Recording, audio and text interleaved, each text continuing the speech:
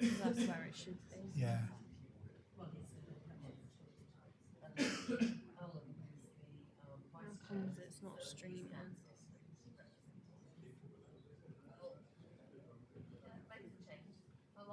Should I do stream key again? I've done that though.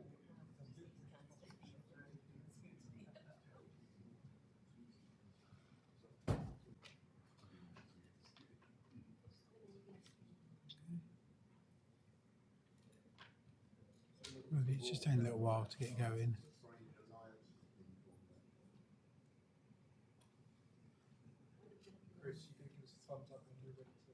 Yeah, Zoom, we just, sorry.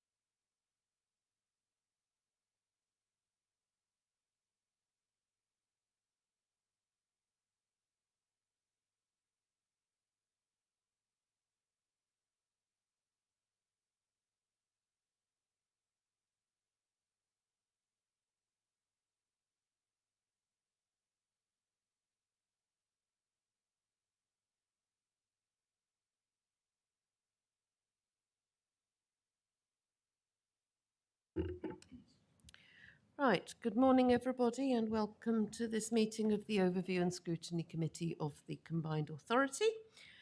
I'm going to start with the first item on the agenda, which is apologies for absence. So, yes, Robert, if you'd like to take that on. So we've received apologies, and I will mention the substitutions as we go. Apologies from Councillor Van der Veer from South Cambridgeshire District Council. He's substituted by Councillor Fain. Councillor Goldsack from Cambridgeshire County Council is substituted by Councillor Count. And Councillor Robertson from Cambridge City Council is substituted by Councillor Smith. Thank you very much indeed, Robert, and welcome to all members. Welcome also to our new interim Chief Executive, Gordon Mitchell, who has joined us for the improvement report later on this agenda. And this is our first opportunity to meet him and also vice versa. So that's good. Thank you very much for coming, Gordon, this morning. Declarations of interest. Does anybody have any declarations they need to make? Not seeing any. No. Okay. Thank you. Public questions. I understand there are none. And minutes of the previous meeting. Can I ask, first of all, whether members are content to approve the minutes as an accurate record of the meeting? Seeing no dissent from those who were present. Good. Okay. Thank you. And then we have the action log. Are there any issues on the action log that members would like to raise? Councillor Hay first. Yes, I have a concern about action number 5, minutes of the meeting of 25th of October 2021, and it's on about the bus review. It says information requested again and awaiting response from officers. It's my understanding that the head of transport is no longer with the Combined Authority and we now have an interim. And I'd just like to understand a bit more what is happening with this, because I was looking in the board paperwork on item 2.1 appendix 4, which details out all the variances. And for 21-22, the budget was 1,842,000, and yet only 724,000 was spent. And one of the reasons quoted in that report was the pausing of the review of bus services with regard to the potential for franchising or an enhanced partnership approach. This work is expected to recommence in 22-23. I'd like to understand when it was paused, why we as a viewer and scrutiny were not informed that the head of transport had left, and given the name of whoever it is we should contact if we had any queries. And, you know, when they expect this to be finished, when you think this has been going on since 2019. And I understand that because of the pandemic, this could have affected it, but it should have been completed way before now. Thank you very much, Councillor Hay. Councillor Count. Thank you, Chair. I'll talk to this point, but when the committee is finished with this point, there's another thing on the action log I'd just like to talk to. My concern is that the earliest update was the request was the Mayor was to provide more information on the bus review, including the 905 service and the DRT service. My first comment is that the update has moved anything away from the Mayor to provide information into officers, whereas the Mayor is actually, you know, this is a mayoral power, the bus services, and it was a request of him. We're waiting for information, October 2021 to now, best part of 9 months or somewhere around that. So perhaps a question for the Chief Executive later on is to look into whether that's appropriate for an ONS question to be not to have been given sufficient attention, shall we say, from the officers. I understand on the specifics from earlier conversation that the demand responsive transport, the committee had an update in March. It'd be useful to hear how that's going now, and it would also be useful if officers kept on top of updates, so that was mentioned. I also heard that large-scale changes being planned through the GCP wholesale, well, I think the word massive changes were being used GCP for their area involving the bus service to service Cambridge and the villages around it. Well, I don't live there, and as you quite rightly say, Chair, you don't live in that area either. But I'm concerned that the output of a bus review is being used to align with those purposes and not actually a fulsome bus review, because we don't know actually what's going on there at all. So I don't know what's going on for my residents, and you don't know for yours. So I'm worried about that thing, because although that's a separate body and not under the jurisdiction of the combined authority, it would absolutely require the blessing of the Mayor and aligning with the aims of a bus review to be deliverable. So a lot of concerns there, but my primary one is, you know, October 21 to now to not get any kind of a meaningful response. That's not really good enough for an ONS committee. Thank you, Chair.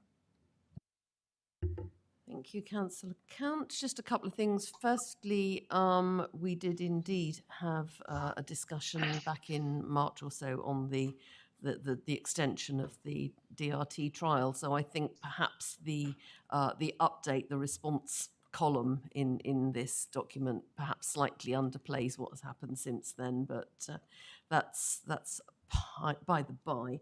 I don't know whether our interim chief executive, who has barely had a chance to get his feet under the table, is whether there's anything he would want to say in response to the question about the response back to this committee and how that appears to have worked. But if not, I'm happy to move on from that.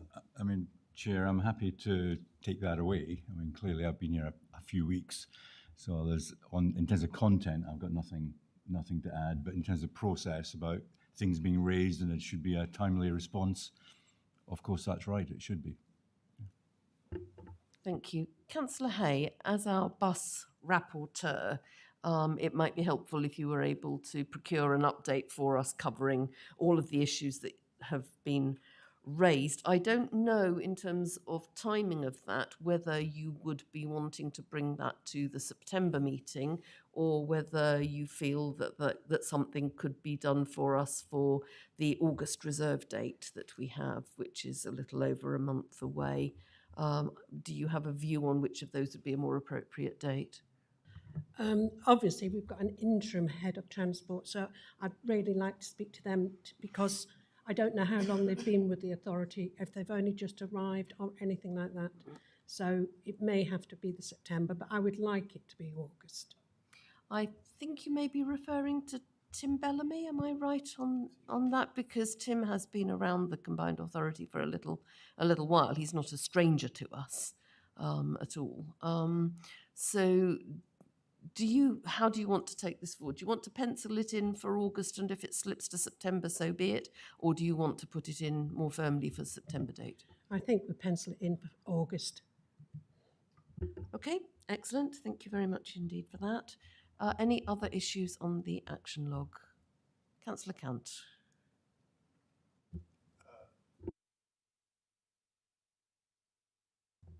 Thank you, Chair. As I did indicate, there was a separate one, but just on the bus review, there is the specific 905 service, which must have been asked originally on behalf of individual residents, and they haven't had an update. So if we could find out what's on there.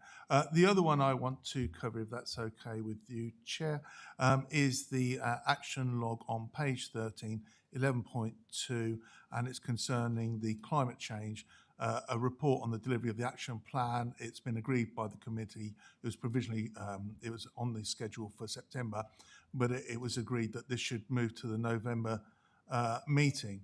I'm picking up elsewhere and in the press and largely reported about the loss of a huge amount of money. I don't know whether it's 36 million or 18 million pounds worth of money that the Combined Authority wasn't able to deliver or had to hand back regarding homes insulation. I'm picking up a second report on the fact that not one single charging point has been delivered in Cambridgeshire with the assistance of Combined Authority money, and that money's had to be refunded to government. So there's a number of issues that I'm not fully au fait with the details of, but are certainly rearing their ugly head. And I understand that the report has been moved to the November meeting. Could we have some focus on those areas where where we're underperforming for whatever reason, or certainly through the public's eyes we're underperforming? And also, it might be useful if we had some kind of combined report, because I understand that these are monies that we should have got and didn't get, or did get and had to return, and it doesn't seem to be that they're separate to the climate change action plan. There doesn't seem to be anywhere in the overview and scrutiny responsibility or information that it actually gets a focus of the entire amount that is lost to the Combined Authority in any meaningful format. It's all hidden, not hidden, that's the wrong word. You have to look into 20 different directions to get a picture of that, and it'd be useful if that was combined into one big picture. So thank you for those. Thank you for that, Chair. Thank you, Councillor Cant. Can we hold until our discussion on the work plan whether we want what we want to do with that item? There was some, I think, view about bringing it forward to September, which is already very full, or leaving it till November because of the unavoidable absence of of our climate change lead member in September. So should we have a look at that under the forward work plan of this committee? Yeah. Okay, are we comfortable to move on then onto the improvement report, which is the next item on the agenda? And we have Gordon Mitchell, Interim Chief Executive, with us here in person to introduce this, and we also have Jodie Townsend on Zoom. So welcome, Jodie, also. So, Gordon, would you like to take this away? Thank you, Councillor. And I suppose it is just worth repeating that, I started with the Combined Authority on the 4th of July. So this is my 4-week anniversary. I get to come to this special event. Clearly I came in to the organisation when lots of things were in play. And some of those are about the issues that have led to this paper. And I know some of you are new to this committee, I think, this time round. So this is a paper that's on its way to board on Wednesday that summarises some of the events that have led to interest from regulatory bodies like the External Auditor and DLUC and BAYS. It outlines how we need to undertake a self-assessment process and a formal improvement programme. And in order to do that, in my first few weeks, I found that some of the combined authorities' rules of operation, in effect, mean that there would be a built-in delay of a couple of months of me being able to act on the most urgent ones, which are around capacity, officer capacity, and setting up the arrangements. And so the paper proposes delegation for a temporary period outside of those rules. And that's the focus of all of this. So if I just sort of go through it a little bit more detail, in the background section, because I don't know how much of this background you know over the last months, but clearly there's been a really difficult time that's led to the previous chief exec leaving by agreement.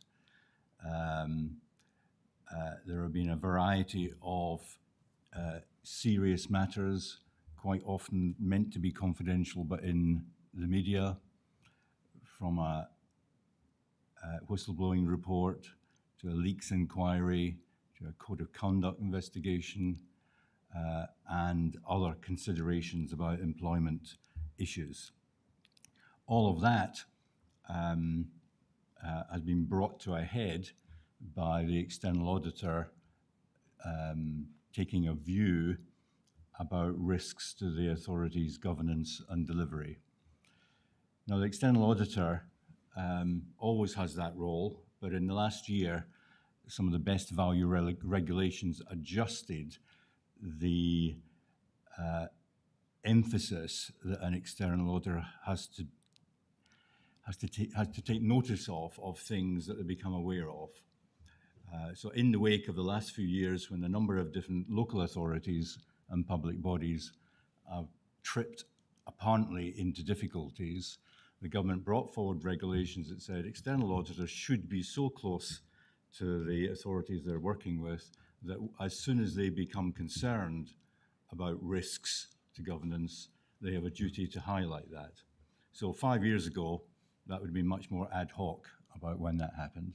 In this particular case, the external auditor took stock of some of these issues, attended the board meetings in May, and sent a letter to the chair of the Audit and Governance Committee outlining his concerns.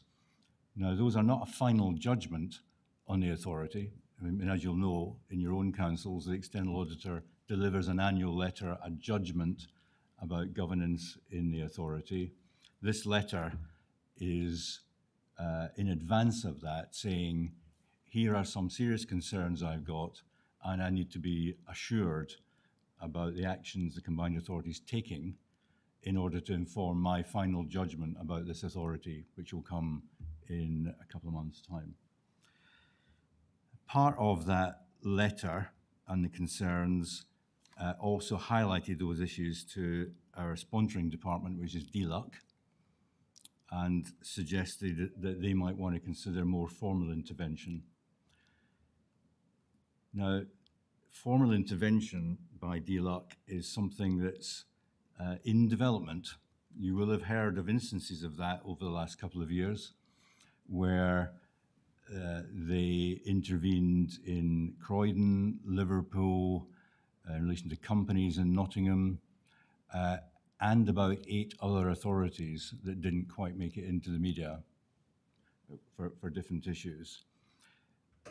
Now, this is a regime that is, I use the term colloquially, in development, because that framework is not quite settled nationally. But effectively, the way that it works is that if DLUC is informed about potential risks to governance, it would often turn to an authority and either say, are you going to commission a self-assessment process? And sometimes it would say, you must have a self-assessment process, and here's the people that we're sending in to do it.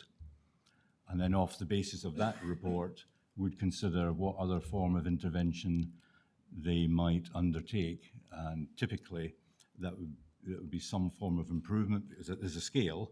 It would be some form of improvement board, perhaps with nominated people on it by DLUC, and perhaps in more serious, if they consider it to be more serious and the risk to putting things right more serious, perhaps send in commissioners, and commissioners take the authority for running the body. So it's really very, very serious. By chance, just before I came here, I was one of 3 chief execs that conducted a non-statutory best value review at Northumberland County Council because of that process. The authority had agreed to run a self-assessment process, having been told if it didn't, there would be a statutory process. So this is a practice that has been developing over the last couple of years. It's not neat and tidy, and in some senses, it's a heavy-handed approach. But in their judgment, intervention is about where they don't get assurance about action being taken locally. So I dwell on all of that because it is really quite important that members, the Mayor and Combined Authority, and all members involved in the infrastructure of this understand this is really quite serious. I mean, the idea that there could potentially be commissioners taking decisions in an organisation that's supposed to be democratically guided, I mean, is just wrong. But those are the sorts of measures that in the end the government is considering.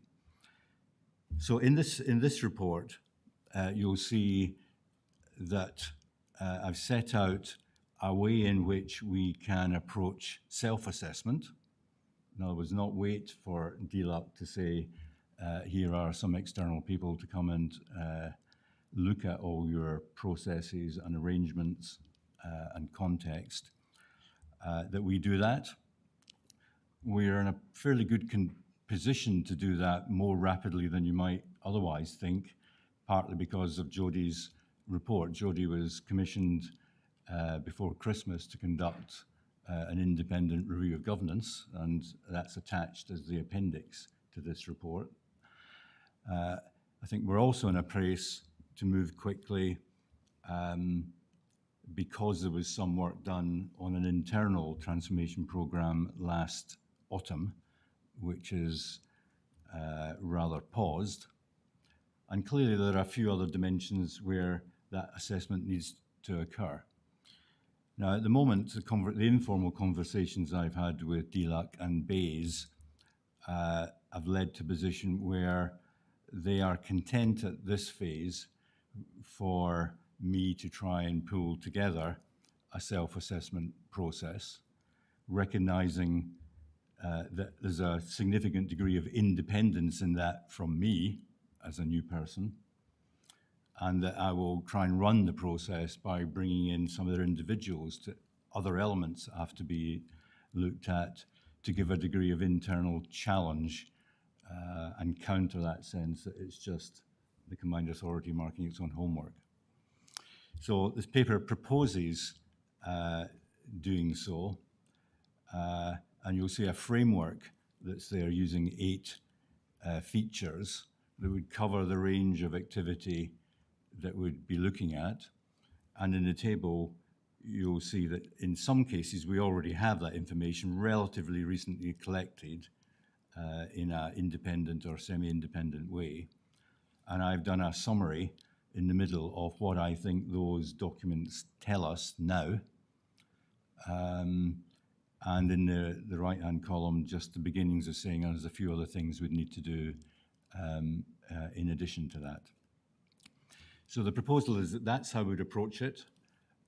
In practice, this is summer, but in practice, I think we can make good progress over August and into early September with a view to bringing a report back to Combined Authority Board at its September meeting, which is around about the 20-something So that would be the target, and that's pretty brisk, but this is not something to be strung out.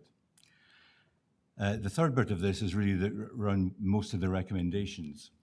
So when I look at the practicalities, so some of the most urgent issues affecting a wider range of issues is around officer capacity. And you will have known that there was a summary report taken to the Combined Authority Board in May that gave full detail on where there were vacancies and where there was interim cover and where there was permanent cover. At that time, approximately 30% of the posts were vacant. Now, there were a proportion of those that were new posts in the retrofit program, but clearly any organisation having that level of cut into its capacity is going to struggle. And as a part of that, at the most senior level, a number of the most senior posts are vacant or partly covered. Some of those have just been held over because there was a discussion about an adjustment to the senior structure around about March, Easter time, but that went into abeyance with the other issues that were going along. So we have a number of the most senior posts that are vacant. So we need to move on quickly in that. We need to plug the gaps on a temporary basis, crystallise the senior management structure in order to begin to fill those posts on a permanent basis. The problem is that when I look at the rules in the Constitution, that doesn't allow me to do that sufficiently quickly. As a generalisation on a range of the rules, even by comparison to most of your local authorities, an awful lot is centralised. An awful lot ends up having to go through the Combined Authority Board for sign-off, sometimes via another committee. And that, maybe that's okay in normal times, but it certainly isn't okay when there's an urgency, an imperative to bring in some temporary senior resource to bolster the middle manager and frontline team operation over the next few months. So the recommendations here are about temporarily giving me authority to appoint one or more interim directors, so at second tier level. Constitution doesn't allow me to do that. It would, in any other local authority I've ever worked in, I would be able to do that. Also asking for authority to settle the senior management structure. There's not some great radical difference to be made. Discussions were held 3 and 4 months ago. It needs to be crystallised, and then we can make preparations through the normal processes to begin the permanent recruitments in early September, once that's crystallised, and we'll just use the normal processes for that. I don't need delegation to do that, but I do need delegation to crystallise the structure. And then thirdly, this whole exercise will incur some temporary one-off cost. Now, the figure we put in here is 750,000, which sounds an enormous amount in most respects. If it comes to the case where DLUC require us to have named people on an improvement board or decide to appoint someone as a commissioner, we will pay for that. That will be hundreds of thousands of pounds. We need to make some provision. But there will be a range of other temporary inputs to the self-assessment and improvement plan over this next 6 to 9 months. The budget for the Combined Authority already had a line that was provision for things that cropped up in the year that were unknown about and unexpected. What I'm proposing here is that a proportion of that is allocated for me to be able to apply to the improvement work as and when needed over the next period. Now, in all of that, there's a sunset clause, if you like. Clearly, there will need to be a broader look at the Constitution, because in many of these cases, I could have in another authority, I would just have dealt with them on behalf of the authority, for the good of the authority. And that's just not true at the minute. But there'll also be reporting back to board and other committees each month as we go along. Thanks, Chair. Thank you very much indeed for that, Gordon. That's very helpful. I'd like to turn to Jodie now to ask whether there's anything Jodie would like to add to that, and whether there's anything he would like to say in terms of introducing the review of governance, which is an appendix to the paper going to the board. Jodie is our interim head of governance. Jodie. Thank you, Chair. And apologies, I'm unable to be there in person today. So the review of governance was commissioned back in October of last year. It was commissioned with a specific request that the review be undertaken, looking to seek particular evidence from constituent leaders, constituent chief execs, and the mayor, in terms of identifying some of the key barriers to delivering effective governance in the combined authority. That report is set out as an appendix today, and it has 5 significant areas or themes, as you may. The first of those, which is particularly important, is foundations and fundamentals as they relate to governance. I think this is a key aspect of focus for the organisation moving forward. Without those foundations and fundamentals, it is very difficult to build an effective governance framework. And I believe that should be a particular area of focus for the authority moving forward. And the review also refers to governance culture and behaviours, making some conclusions around that. Governance as an enabler, so how do we use things like engagement with our constituents, communications, to support the governance framework. The governance framework itself, is it fit for purpose? Do we have the right committees? Do we have the right focus? There are obviously conclusions again in regards to that, and particularly in relation to our board, and whether our board has a sufficient enough strategic focus to deliver a combined authority effective framework. And then finally on governance processes. The review obviously makes reference to various governance processes where improvements can be delivered. I would just like to add that the review itself was very well received throughout. Everyone I spoke to as part of the evidence gathering was incredibly helpful, provided a very large amount of information, was very candid and was very honest. And I think that's been very beneficial then in helping us pull together the review of governance report that you have before you. As the Chief Exec just set out, this review will now feed in as part of the evidence base to inform the improvement plan. But there will be many elements in there that I would have thought particular areas of the combined authority might want to grab hold of and have a focus on. There's obviously some elements in there in regards to accountability and the overview and scrutiny function, for example, that this committee itself might want to pick up in its work programme. Likewise for audit and governance committee in regard to some matters around assurance framework, etc. But I'm happy to answer any questions as they arise. Thank you, Chair. Thank you very much indeed, Jodie.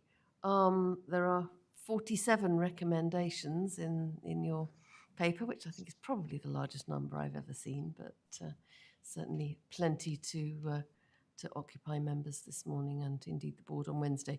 Does anybody have any questions for either Gordon or Jodie on what we have in front of us this morning?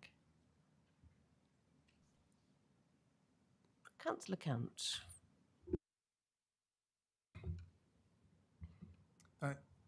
Thank you, Chair. I'd just like to start off by saying welcome to Gordon. Glad we've got you on board, and I wish you very much the best of luck in this. I kind of describe this a little bit like a sinking ship. We've now got somebody on board trying to stop it from sinking, and I will do everything I can possible to try and support you in that, because I'm quite demoralised by just how far the combined authority has deteriorated. It's in a bad shape at the moment, and I really hope that we can turn it round. To give you, despite the assurances that other areas have suffered and had commissioners, etc., just give you an idea of how bad it's come. I understand when the Ernst & Young auditor was reporting to the Audit and Governance Committee, he was asked a direct question, in your professional career, how bad does this compare to anything you've ever seen? And I think he said it's probably the worst he's ever seen. So I'm glad that it's been recognised. I'm glad that something's being done. I want to concentrate on the things that are being done. The first comment I'm going to make is the £750,000 of taxpayers' money that's going to be spent to look at this. So I support the fact that we're spending it, and I recognise the fact you've got the money. But at the end of the day, we just need to recognise that we're wasting £750,000 of money because we'll never have that chance to spend that money again on something the combined authority was supposed to deliver. It may save us money from having something else to pay for, but the only reason that this money needs to be spent at all is because the organisation is pretty broken. So I regret that we've got to pay for it, but I support the fact that we will use it to try and improve the, basically to look at ourselves to see where it's all going and gone horribly wrong, and hopefully to stave off commissioners coming in. The main area I want to comment on is, whilst I support all of the recommendations about delegations of authority, that the clear reason for that is this is not a time for prevarication, or this is not a time for members to say we can add value. This is not a time for 20 cooks handling the pot. This is time for decisive action. The trust has been placed in you, Chief Executive, by your appointment, so I place my trust in you as well, and I agree with all the delegations of authority. The one area that I'm concerns with regarding the paper is the Ernst & Young letter specifically raised concerns, in fact described it of paramount importance, the safeguarding of individuals that work for the organisation. And I cannot find anywhere in this action improvement plan where that is, there is something specifically to deal with the safeguarding of employees. I asked this question in another body, and the response I got was that a member's code of conduct had been introduced. And I look at the paper in front of us, Impact on Staff 2.17, page 5, and it talks about governance improvements, and it also talks about concerns about the meetings of the board and board behaviour. It has been reported to board members that their behaviour at board meetings, alongside their behaviour on social media, etc., has led to this concern. But when I look at the Ernst & Young letter, the Ernst & Young letter was absolutely specific that investigations into key individuals in the Mayor's office following a whistleblower notification, questions about culture, behaviour and integrity of key individuals in the Mayor's office. And when you draw the lines together between the whistleblowing and the inference about having paramount safeguarding concerns from employment matters, you cannot help but draw the conclusion that's related to the Mayor's office. But the report shifts that entirely onto behaviour of members at board meetings. So my concern isn't the fact that there may or may not something need to be done with board members, board meetings, social media. What's missing for me is what is being done to safeguard the employees, and where is that in the action plan, and specifically in addressing matters to do with the Mayor's office. Thank you, Chief. Thank you, Chair. Gordon, are you able to enlighten Councillor Camp? Certainly. I mean, thanks for all those points, and thanks for your trust. It felt like sort of throwing I'm not sure what the rugby ball analogy is, but there's something there, not playing rugby. The 750,000 budget, I mean, is a sum. I think it's probable we'll come in under that. The second issue is it certainly will be the case that some of that will be one-off expenses just to do with this exercise, but there will be a proportion which will probably would need to have been spent anyway on bits of organisational development and team development and board development. I can't put a number to that, but there will be a particular proportion. the series of questions around safeguarding staff, it's certainly not an intention to avoid that here. I mean, I haven't listed, I mean, clearly in such a summarised table of what we've been looking at, I haven't put, there are many details I haven't put in there. I mean, for me, there have been a series of things happen over a number of months. There's been formal process that have meant some things have changed. I know not all of that is in the public arena. There is the member officer protocol, which was one of the recommendations coming out of some earlier investigations as one part of that. There may well be other parts of formal process about conduct or employment contractual concerns in the system that are just not in the public at the minute. And lastly, I would just make the link to what I said earlier about the most urgent issue about getting some senior experienced interims in. Part of that, of course, is about trying to move things on where they've got stuck. But there is also a part which is about giving much better support to middle managers and others from much more experienced colleagues.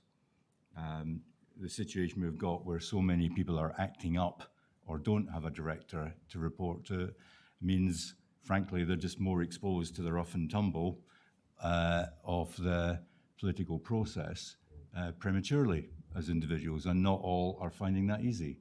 And that is part of the issue about, if you like, protection for staff in those tensions.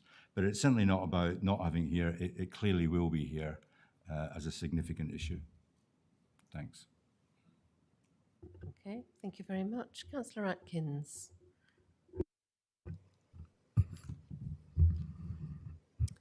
Thank you, Chair. So my sense is I'm starting to get a better picture of where we are now, and I'm starting to get a slightly better picture of what your intentions are for the next 6 months, as kind of set out in your paper. And I should say at the start that, as with Councillor Count, I fully support the delegations, which seem kind of common sense and enable our new Chief Executive to do what he needs to do over the next 6 months.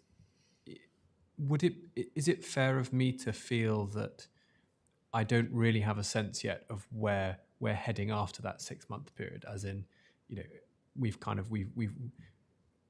identified, the fire, the dominant issues. We've got a sort of plan to deal with them in a sort of short term period of time, sort of fill in with interim executive roles, try and persuade DLUC that we're doing all the right things and sort of get them off our back for a bit and get a bit of breathing space. But I suppose I'm not getting from these papers a sense of what the organisation will look like in, say, 2 or 3 years' time. I don't know if that's a reasonable time frame, but is that fair of me that we're not yet at the stage where we have a sense really of where we need to get to in 2 or 3 years? That's one question I have. I wanted to ask as well, in regard to the staffing at senior director level. Clearly, having vacancies is the worst possible situation, and therefore I support the delegation to appoint interims. But an interim is not a fully fledged permanent member of staff, and depending on the length of, I don't really have a sense of what kind of time we're expecting those people to serve, and how we then transition into perhaps more permanent settled ways of working that will enable the kind of the strategic vision which is talked about elsewhere. It's quite difficult. You'll forgive me for saying, you don't want interim staff for strategic visions. You want permanent members of staff who are going to be here for 5, 10, 5, 6, 7 years to kind of carry out those strategic visions. Sort of related to that, I don't know what your view is on whether the staff vacancies are a symptom or a cause of the problems of the combined authority. Because to the extent that they're a cause, clearly that will be fixed by having interims and then slowly bringing in permanents. But to the extent that they're a symptom of other issues across the combined authority, If you think that they're a symptom, then there should also be stuff in here about how we stop the same problem arising again. How do we convince people this is a good organisation to work for, either on an interim or a permanent basis?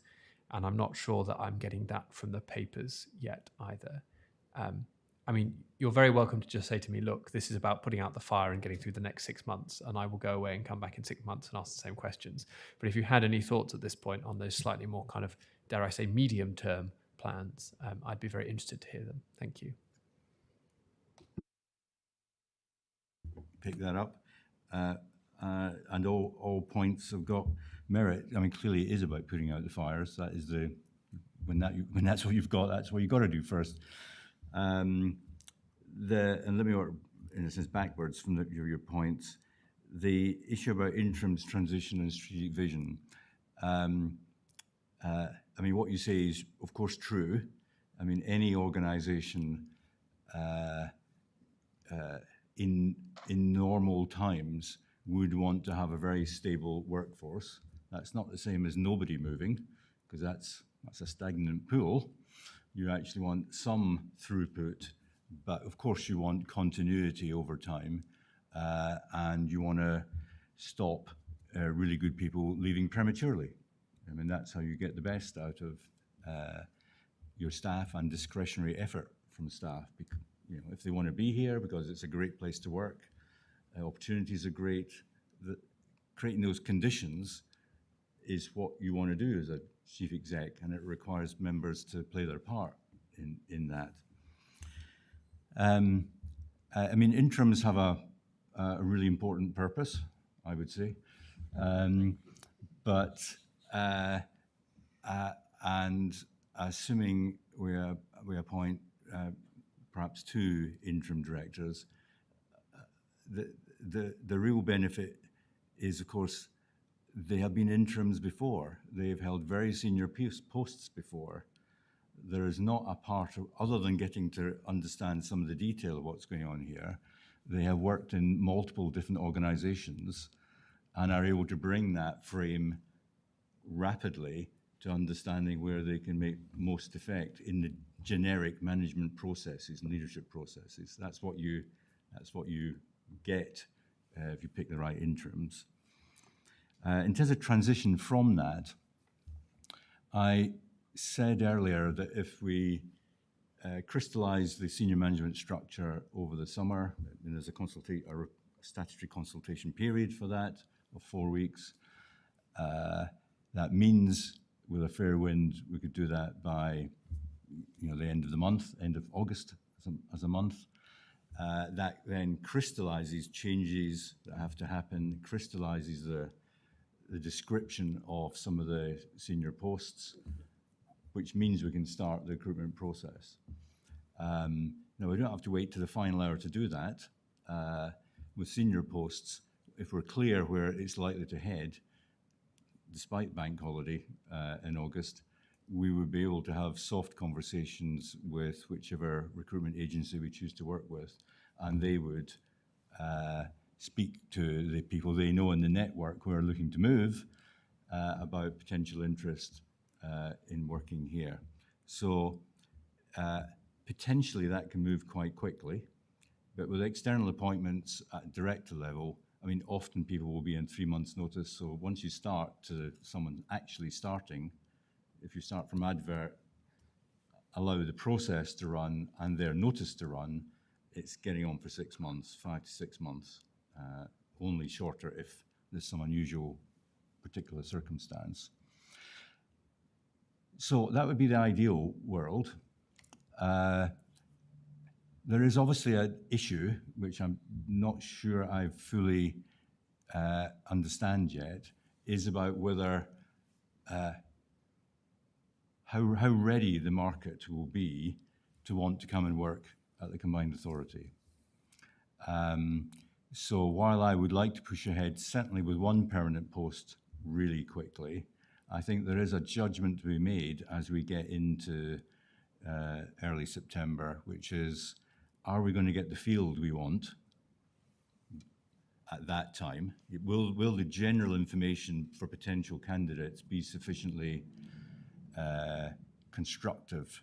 So when they do their own due diligence on this combined authority and they look at what's been going on, will there be enough in the public domain for them to say, yeah, I can see that's a place that's beginning to change. I could really jump into that improvement programme.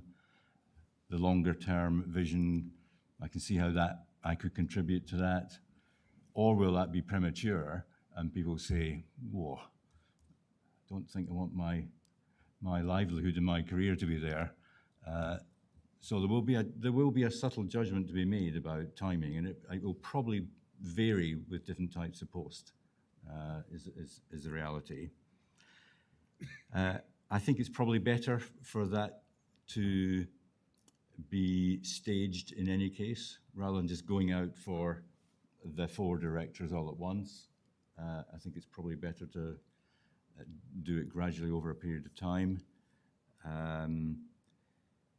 But the trick will be, and this gets back to your first point about where we're going after 6 months and 3 years, the trick will be, as a part of all this improvement plan, to begin to focus on that, not only on fitting all the nuts and bolts about processes and constitution and dynamics and culture around the board.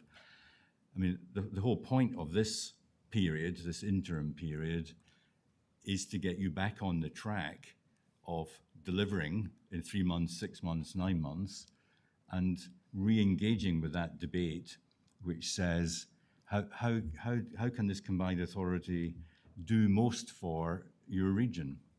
How do we actually get to the point where you exercise the soft levers for influence and intervention in Whitehall and with partners?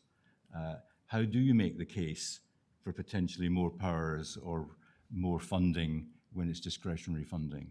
Well, a lot of that comes off the back of reputation and delivery. Government favours people who deliver when it's got discretionary cash or powers to hand out. And so that journey is about, to simplify it, there's almost 3 stages, isn't there? There's putting the fire out, there's creating the conditions in which things can be more stable and delivery can be more secure. And then there's the step on, which is actually how we're going to really get twice as much for the people in the region over the next 2 or 3 years. Thank you very much. Councillor Miscandlin was next.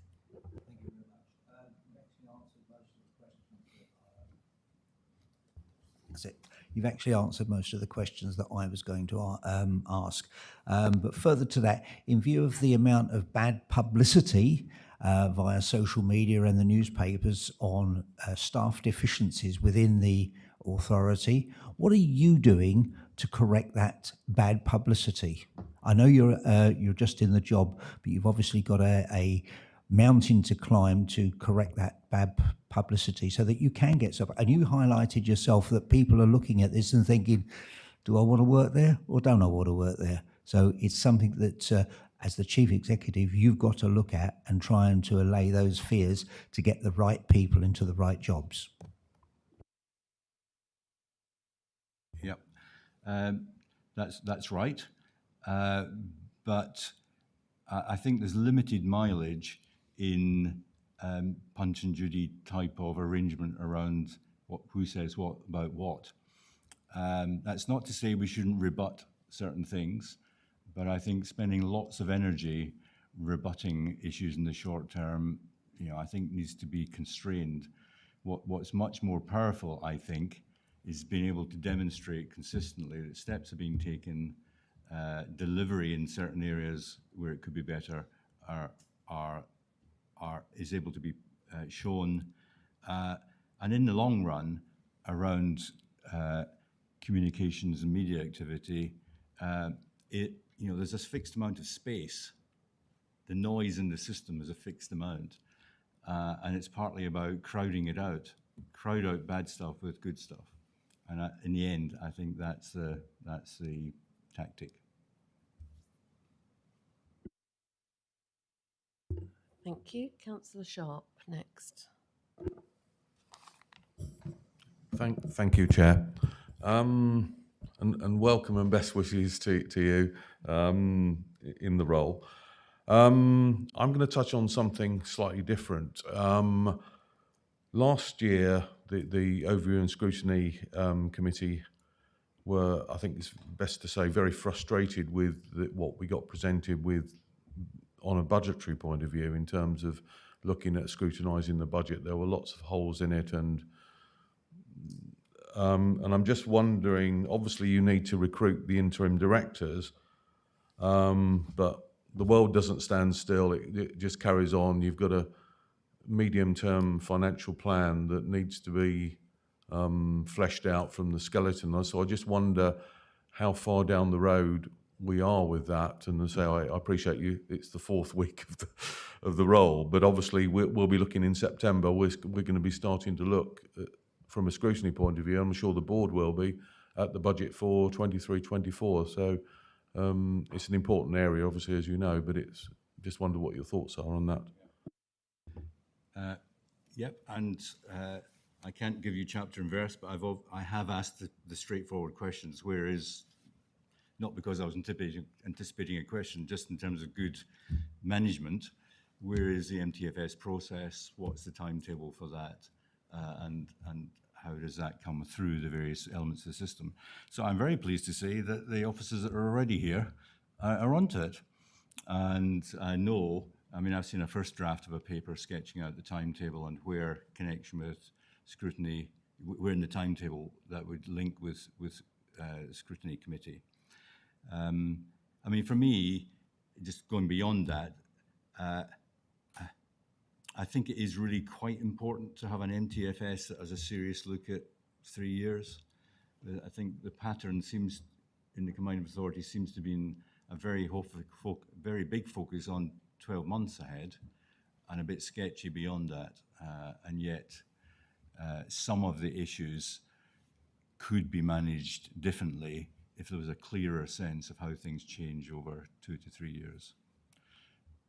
But it links back to the question earlier about reputation and comms, which is, it's not everything's negative. I know lots of things have actually come to a head, but actually, you know, I've come across some really good people in this organisation. And the fact that I ask a question about MTFS and somebody gives a straightforward answer that says, actually, I'm beginning to do work in it, here's my working paper. Great. Just come back very briefly on that. Yes, obviously the combined authority, when it was at its inset, when it was incorporated, a lot of the projects and things that we're doing wouldn't just be specific to 1 year. They would be spread across a number of years. So I totally agree with you.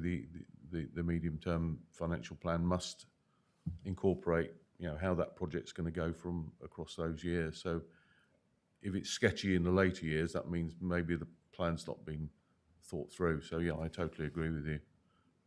Thank you. Okay, thank you very much indeed. Councillor Hassall is next. Likewise, welcome. I guess I had two questions. Firstly, was with your obvious vast experience in this area, how bad are things? Is this something that can be turned around? Do you have confidence in us not having commissioners being brought in? And then my second question, which hopefully is a bit more positive, is how, as an overview and scrutiny committee, can we help you in that process of remediation?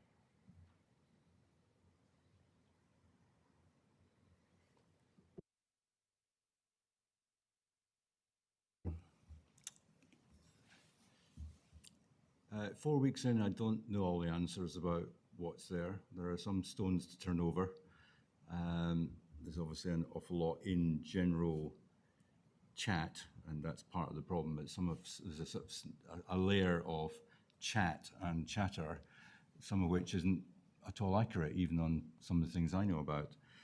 So a bit less chat overall is helpful, but I think that needs to be replaced by facts and good communication.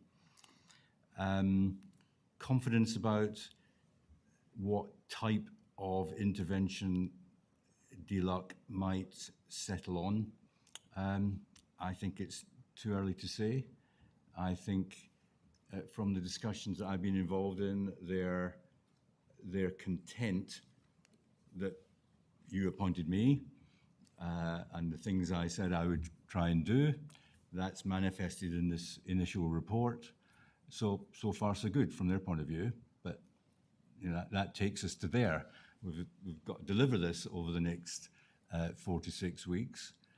I think there is probably a natural review point mid-September, and that's partly because in Whitehall, whereas 3 weeks ago they knew who the ministers were and what they thought about things, actually they suddenly had a group of new ministers, and come mid-September there's obviously the slight possibility that they have new ministers again. So there is the part of this dynamic is set by just events in their world, but these activities I've set out here do really point up to a review point mid-September. You know, are we on track? Are the decisions that are being taken throughout the governance structure, you know, looking like the right sort of behaviour and decisions, or is it going off track? And I think that will be a judgment that they will make, as well as me. Okay, thank you. Councillor Fane, were you indicating to speak? Thank you, Chair. Yes, I'm very keen to focus on the positive where we can. And I look at the review 2.4, combined authority benefits from a dedicated and experienced officer corps. Board membership is clearly passionate about improving the lives of the citizens of the region. Governance continues to operate, delivering an exceptionally busy board schedule. I don't know to what extent that might have changed, but certainly as somebody who has come and gone off this committee, some of my colleagues will have noticed me occasionally appearing as a sub, occasionally appearing as a member, and then disappearing again. It's always been my experience, very good people, very promising, reports that look as though they will lead to useful action, led, I'm sorry to say, by leading to subsequent disappointment. Now, of course, the process of appointing interim and, in due course, longer-term directors is important, but have we created the atmosphere where those people, once recruited, will stay or indeed will want to go in the first place? And I think the dangerous territory I'd like to tempt you into is not, it's what we, following on from the question just now, Councillor Hassel, what we need to do, but is it the members who are creating the atmosphere which is causing this problem? What do we as members have to do to support you in your efforts and make it possible to retain as well as recruit the people you need?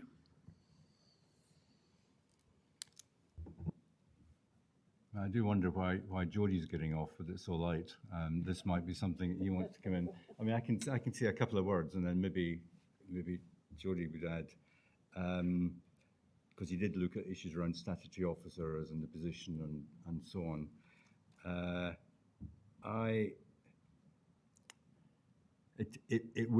There of course is a role for the mayor and all members to help create the context in which good governance happens, and it happens in the right way with the right level of information for members at the right time, appropriate challenge, but good behaviour and respect in different arenas. Now none of that should interfere with robust questioning and proper debate. But sometimes in other places, and I'm not sure I've quite seen enough here, but I've certainly seen some of the reports around, that maybe that hasn't, maybe that rigour around good process could be clearer.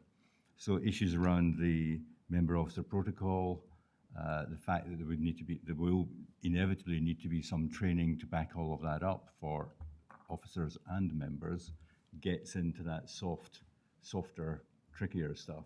Because you can have all the rules and a protocol and constitution that you like, but people have to stick to them and have to use them in the right way for the right purposes. So yes, there are ways and roles, but it's not about being, I mean, I do just want to counter the sense that somehow or other this is about, if anyone's thinking about it, that it's about neutering or silencing members for appropriate challenge. Good governance requires appropriate challenge, but then acting on the answers. And if there's clear, good advice from statutory officers and other officers, it's about accepting that in the end. Can I tempt Jodie in to say something on this? Yeah, if I may, I think just following on from Gordon there, a lot of this is about, it's identifying what are the barriers for the combined authority making effective decisions. And there are lots of streams that feed into that. It's not a case of a single how the board is maybe behaving. That is obviously a contributing factor. That it may be a case of what information is available to people making decisions, how is that information presented to them. I would refer back again to the review of governance element on foundations and fundamentals. I think that's the key bit. Do we have the necessary building blocks in place in this combined authority to allow this combined authority to operate effectively so that we can make effective decisions? I will happily go as far as saying my conclusions in the review of governance is that at this moment in time, the answer to that is no, we do not have those building blocks in place. It becomes very, very complicated, I think, for the governance framework to operate if it is very unclear what the process is for developing and deciding our strategic objectives, what the priorities are being given to our officers, and then from your scrutiny perspective in particular, how do you then hold to account if we've got a lack of clarity around what the objectives are? Referring back as well to, you mentioned about what the role that overview and scrutiny can play. I think the role of scrutiny can play is very, very significant. Obviously, you've got the ability to hold to account, and you need to put a particular focus, I think, on holding to account decisions in relation to the improvement journey. But you also have the opportunity to have an improvement focus now in all your scrutiny activity. You may want to develop particular improvement key lines of inquiry that become a basis for every topic you're particularly reviewing to make sure that improvement journey is a key golden thread going through every service or every delivery element in the organisation. And you have an opportunity for that later when we're talking about the budget scrutiny process. And there's a real key role you can play there in saying, is the budget scrutiny process going to deliver a budget that can actually deliver and support the improvement journey? And you have that job to ask those key questions. You can also obviously look at how you can improve the scrutiny function itself. What do you need to make it easier and for you to be more enabled to undertake your roles?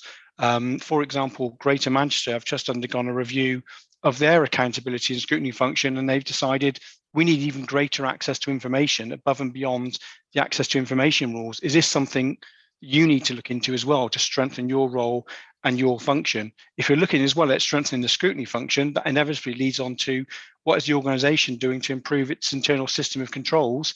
Is so things like how it reports performance information, how it actually writes reports for you, how you direct content of reports coming to your boards and committees. And then that leads on to other elements for the future.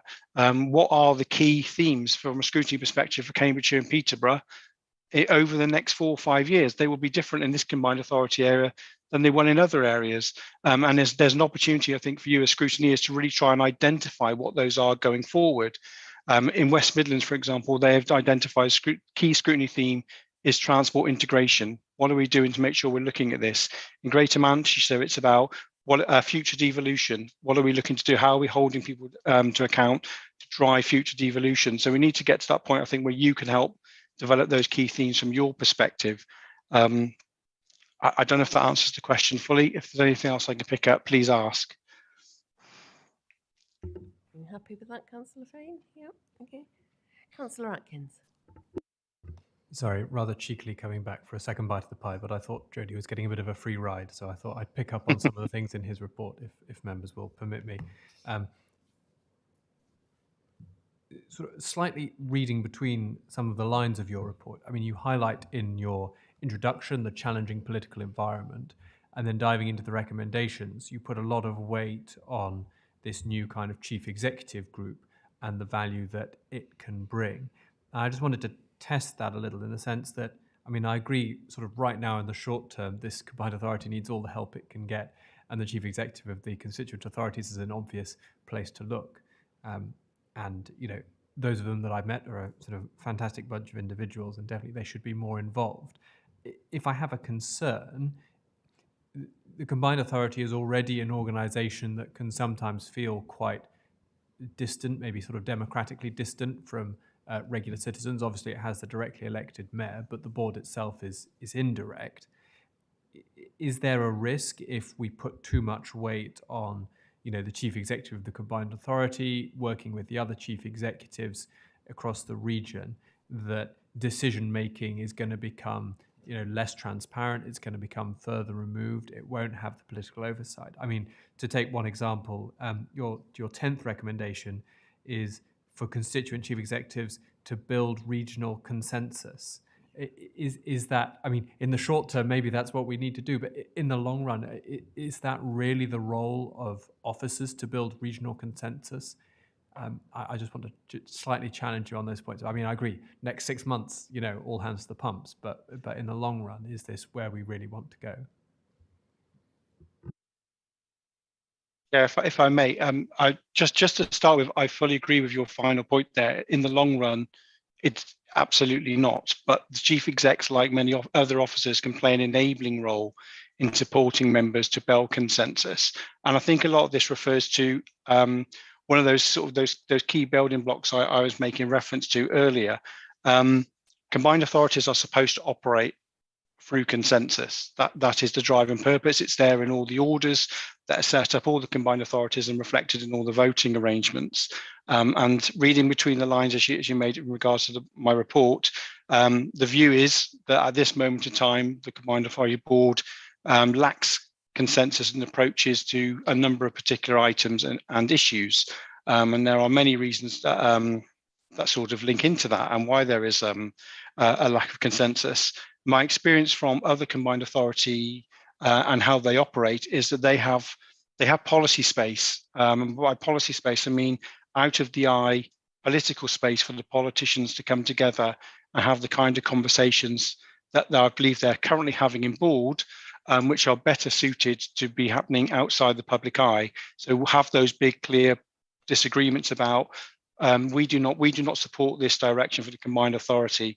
But however, we do support these areas. So we narrow the width of the agenda, we get behind that, and we allow the combined authority to develop and deliver. Where there is disagreement, you've identified those areas, and you can then instruct officers and other politicians to start the process of looking into those topics and build consensus, build approaches, build policy suggestions that may then lead to a consensus approach that can then be added then to the combined authority agenda. So whilst I understand what you're saying, I think at this moment in time, the chief execs group has been a bit of an anomaly in that it's been missing.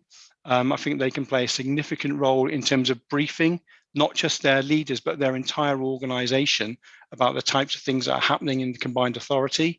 I know that is a role that happens across the country in other CAs, but they can take back that information, and they can also do that two ways. They can report back upwards to the CA to say, look, we're developing this approach. We are very good at X. Is there something we can therefore do and feed into this topic or this policy debate and take forward on behalf of the entire combined authority area? So I do believe a chief exec group can play a really, really positive role in moving the CA forward, but I would completely back you up on that final point you made about we need politicians and our members to be driving the consensus debate and showing that collective leadership, but it should spread across us all, including officers. Thank you, Jodie. Councillor Bagent. Welcome. Good luck, if you need luck.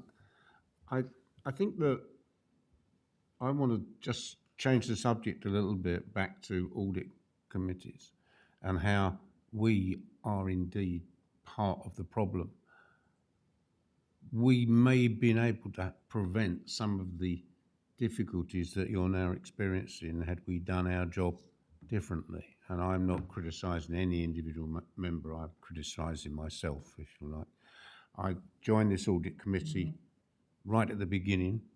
I left because I thought it was a toothless beast and did nothing of any purpose. I came back again because I thought that there may be something more I could do. I feel that we are still getting to grips with what our role is, and clearly we have to be arm's length, but I'm not sure that we have to be at such arm's length. And I think that we could become much more involved. It's been turbulent in this combined authority since the beginning.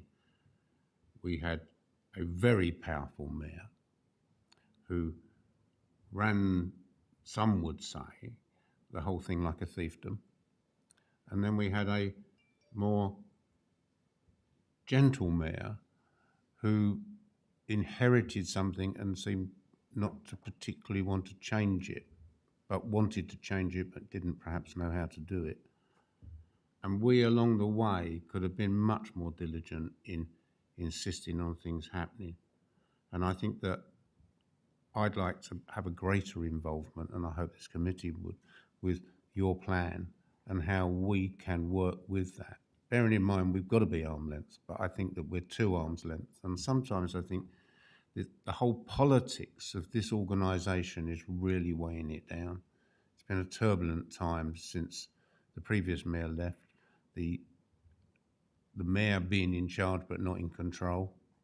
Now the mayor a little more in control because politics have moved his way a bit more. I just feel that everybody has a burden here, everybody in this room or the people that were here before them and the people that have served this authority. We've never really got it together to act in what might be seen as the universal common good as opposed to a political common good. But I just felt that that was worth adding. Good luck, definitely. You're inspiring confidence sitting here. Now, of course, you were going to be very good anyway, but...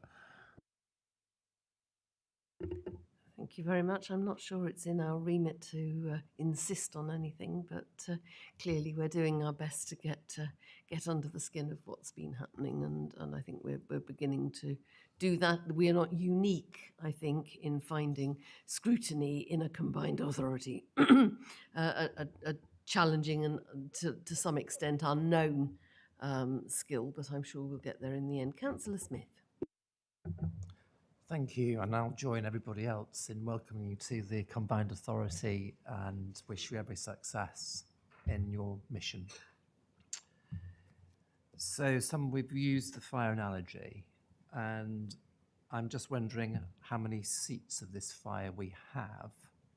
And I'd like to start with the letter of the 1st of June from Ernst Young. And it refers to their responsibilities under the National Audit Office 2020 Code of Audit Practice. And it's in that letter they gave us advance notice of their concerns, which will culminate in their report, which I think they will publish in November.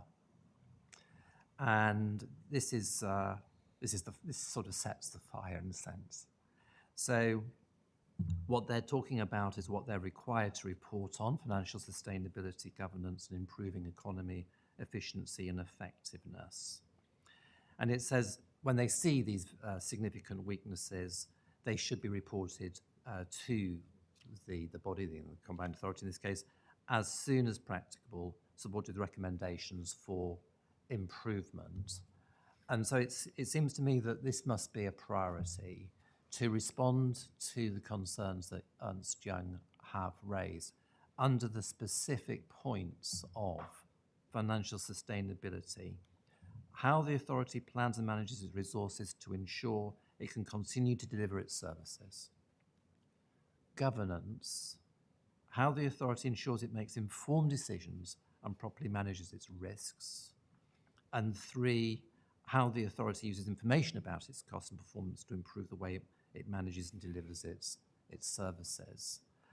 And I think this point about being on the road to recovery, this is a key milestone that we get a good report from Ernst Young. They've identified the weaknesses, but we can demonstrate that this combined authority is taking real practical action address these concerns and is making substantive progress and appears to have the competencies and capacities to realise the basically get us on the right tracks. So that's that first one that I'd like to point to.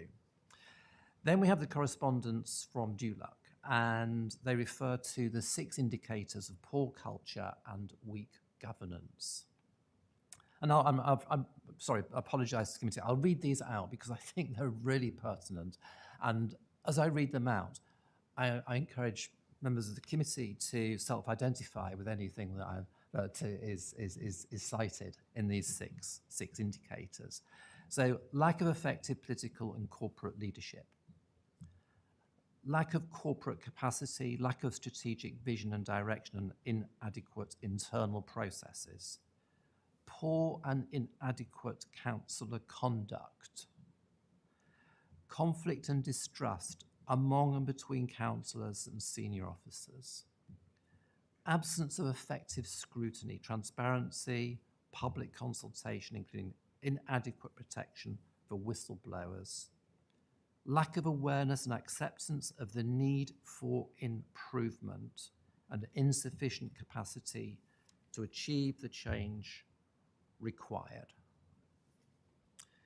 Now, we have in front of us the self-assessment exercise to address the evaluation required against 8 dimensions to underpin the improvement plan. And we have in front of us a governance review with 47 recommendations. And all this is presumably leading to the remit for the improvement board. And out of all of that, I'm beginning to ask myself, do we need focus? Do we need a sense of priorities? And out of all of this material, I think at least I can draw some of the, put it to you that these might be some of the priorities. And they come under the headings of mission, culture, and governance. And there's some very, very telling comments within all of this material.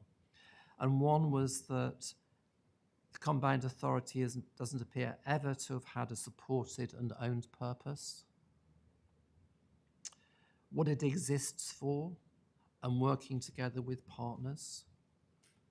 There is a mission statement, but it's like a mission statement that could apply to anywhere in the country, to any organisation in some ways. It's not really that crystal clear and purposeful. You couldn't draw clear strategic objectives and actions against it. And that needs more work. And on culture, what we do around here actually is the definition, working definition, but in this combined authority, I think the definition is what we don't do around here.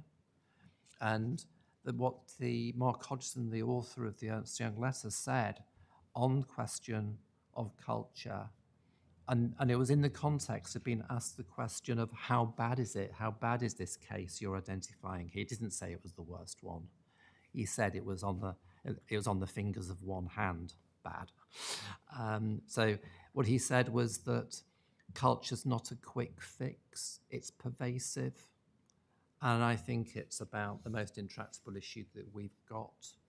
And we need to reset the dynamics and behaviours in this organisation. So that's that one. And on governance, I think that the governance, the governance review is really quite excellent, and it provides a good framework. But I think it now needs another edit to get us down to be really focused on the key elements of change that need to be put in place. But I think it is a really good start. So thank you, Chair. Thank you very much indeed for that. I've let this debate run on because I'm conscious of the utter fundamental seriousness of the matters we've been dealing with this morning. But I think it is one we'll be returning to meeting after meeting for months ahead. So there will be plenty of opportunity to engage with these issues in more depth and more detail as we go on, and highlight some of the specifics that we think we particularly want to approach. So I'm going to draw this to a conclusion now. This is, after all this, a report for note. So if we note it, thank Gordon and Jodie enormously for their contributions, not only to this morning, but also to this ongoing and huge piece of work. And then wrap this item up and move on. So thank you both very much indeed, Gordon and Jodie. Thank you, members, for your contributions to this. So, Chair, could I say a couple of words? Indeed, indeed. I mean, first is thanks for so many people welcoming me, and for the thoughtful comments. I mean, in some senses, some of the questions about what's the role of overview and scrutiny, it is to be thoughtful and reflective, in part on a range of the proposals that come through the Combined Authority Board. And I think, you know, this dynamic this morning, I think, seems to me to bode well in terms of moving forward. But some of the later comments about needing to reflect on your specific role, I think, are really important. I think maybe we'll, you know, to help the discussion, maybe I'll come back with some more focused thoughts on that, because while I'm really welcome your thoughts and your great wishes to get on with it, actually, it does require you to get on with it too. This will work. This can work well if all parts of the Combined Authority put the shoulder to the wheel. So I'm very heartened this morning. Thanks, Chair. Thank you very much indeed, Gordon, and all the best. Right, if I may move on, I'm conscious that it is our normal practice to finish at 1 p.m. I suspect we may not do that unless members are very self-constraining in their comments on the business that is to come. But I'm going to, with that in mind, I'm going to move us on to item 6, which is an important issue, the business and skills update. And I'm pleased to see Fliss Miller is actually with us in person this morning. So Fliss, do you want to introduce your report? I will do, thank you. I'm also joined by my colleague Steve Clark, who is accessing remotely, and he is a Senior Responsible Officer for Local Growth Funds, Market Insight and Evaluation. So good morning all. My understanding is that the last paper you received here at Overview and Scrutiny Committee was back in October 2020, which was previous to me joining the organisation. Since then, significant work has been undertaken to develop new strategies, attract new funding, and also to deliver on existing programmes. The Director of Business, so just to talk a bit about the organisation, so the Director of Business and Skills left the Combined Authority in February, as an interim measure, I was appointed as Interim Associate Director for Skills, and also my colleague Alan Downton was appointed as Deputy Chief Officer of the Business Board and Senior Responsible Officer for the business side of the Directorate too. So since October 2020, we have refreshed the local economic growth strategy, and since then also developed the new employment and skills strategy, and most recently also have developed the economic growth strategy. Implementation plans are currently in development to ensure that our delivery and future funding are aligned to delivering on these strategies. There are a number of key programmes which are outlined in this paper, and as it's quite a lengthy paper, my suggestion is that I don't go into each of those programmes in details, but will just take questions from members. The paper was produced in haste, so I apologise. There are some typos that I've noticed on reviewing, and there's also some additional information that perhaps would have been useful and presented in a different way. You will see from the paper, though, that the business side of the Directorate are delivering on a number of programmes. So we have the Market Towns programme, we have the Business Growth Service, and also a number of strategic funds, which we're currently delivering a number of programmes on. And for skills, which is my side of the Directorate, you can also see that there's been significant progress on additional funds coming into the combined authority. Our main programme being the devolved adult education budget, where we have most flexibility in how we deliver that. We've secured the second Careers and Enterprise Company Careers Hub in the combined authority. We've seen significant new income under skills boot camps, and also, which isn't in the paper, but is also the new funding through Multiply. And then we're also delivering an ESF funded project, which is Star Hub as part of the Business Growth Service, and also the Health and Care Sector Work Academy. So they are just the programmes that we have there, but rather than go into detail on every programme, I thought it would be more sensible to take questioning on the areas that members have most interest in. Thank you.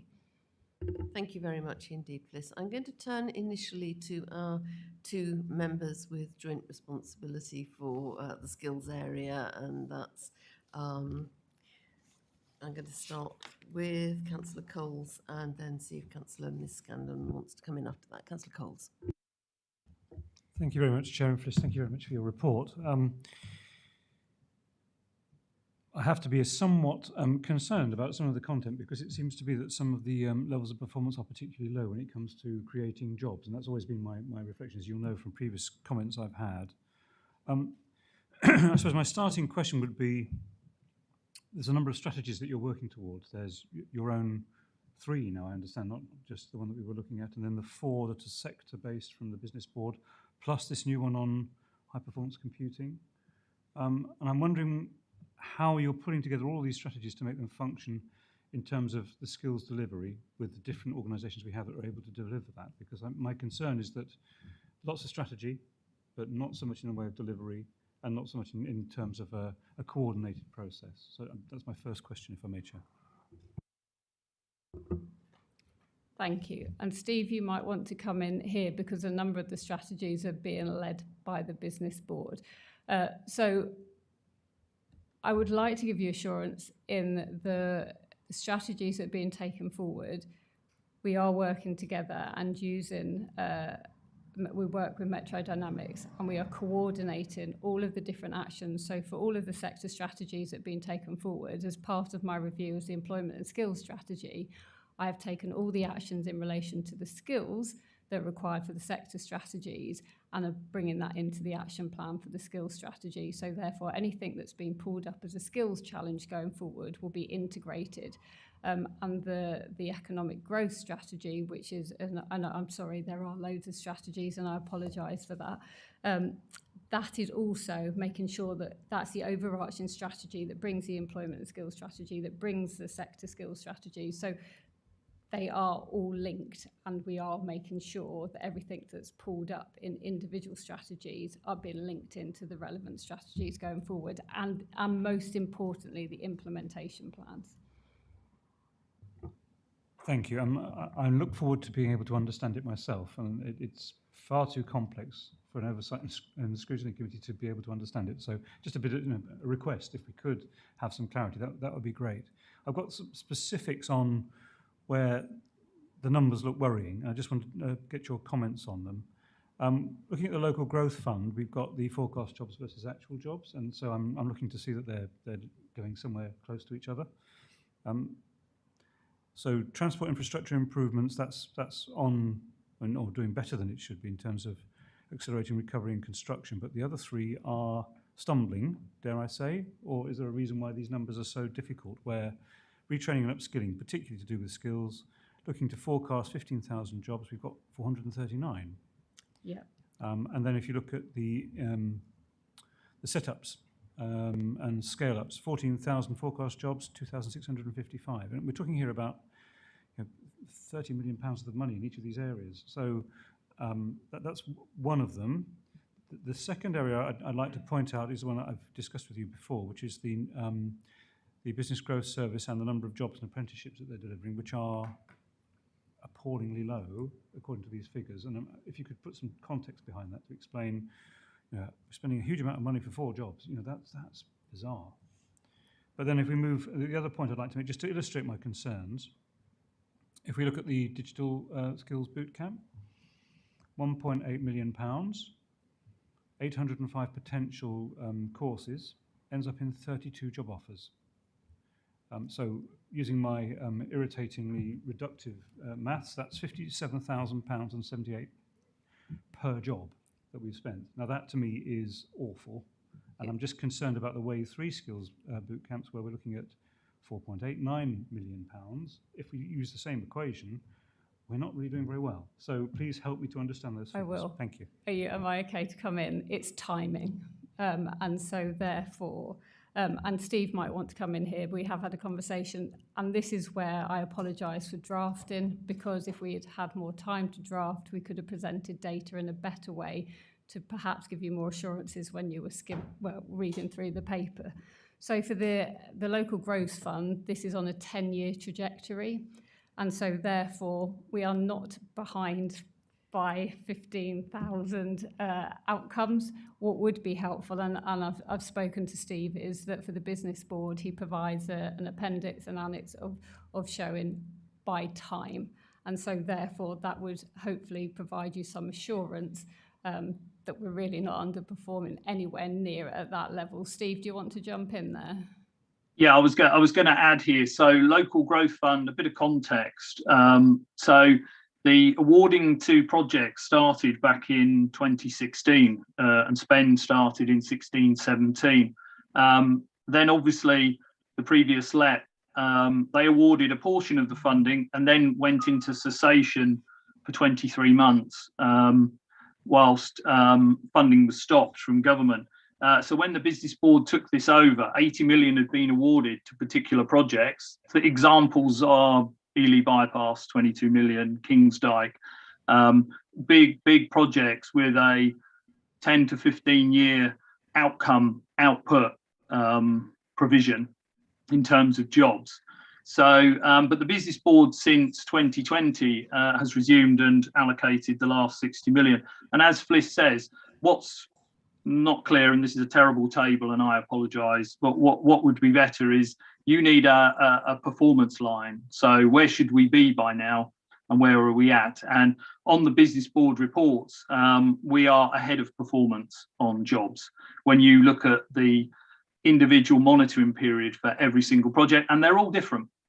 Some range from 3 years, some range, as Fliss has said, up to 10 years. So so that's what's missing here.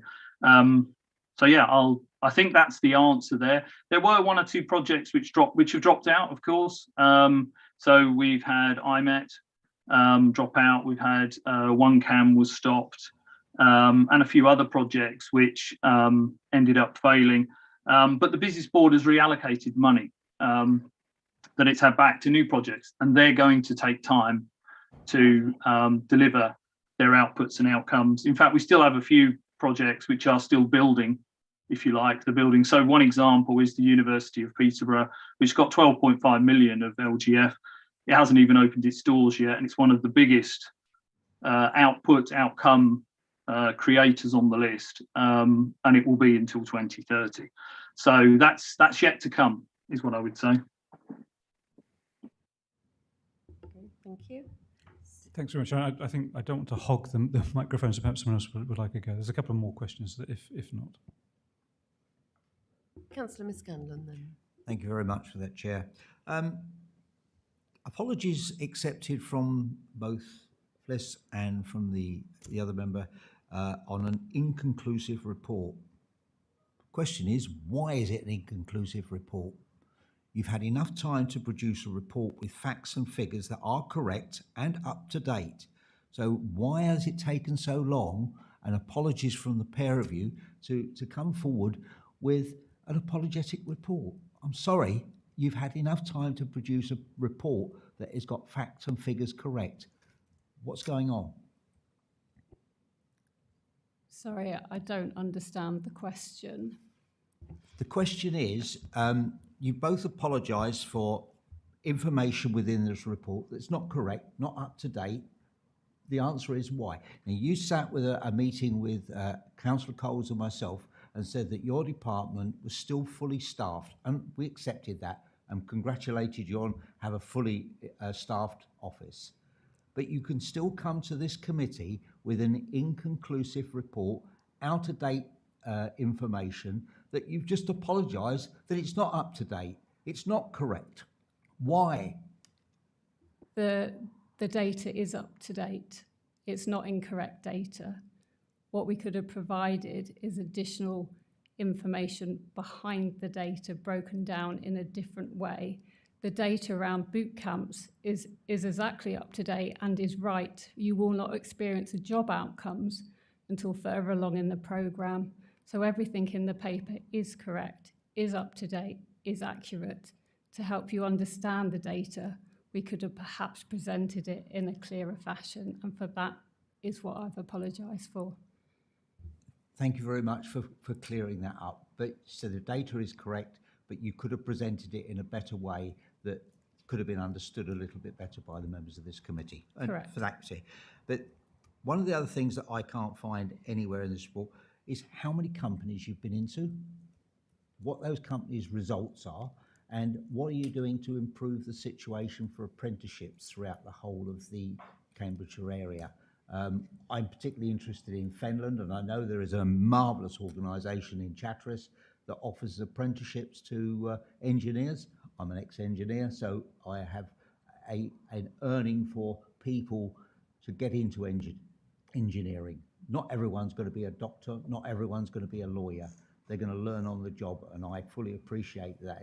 So what's going on to improve that situation throughout the whole of the area? So I'm more than happy to provide additional information on apprenticeships if that would be helpful. I can confirm that of Q1 of 21-22, we were 66% up on apprenticeship starts than what we were from the previous year. The brief for the paper was very light, and so therefore if further information is required, I'm more than happy to provide that following the update following this session today.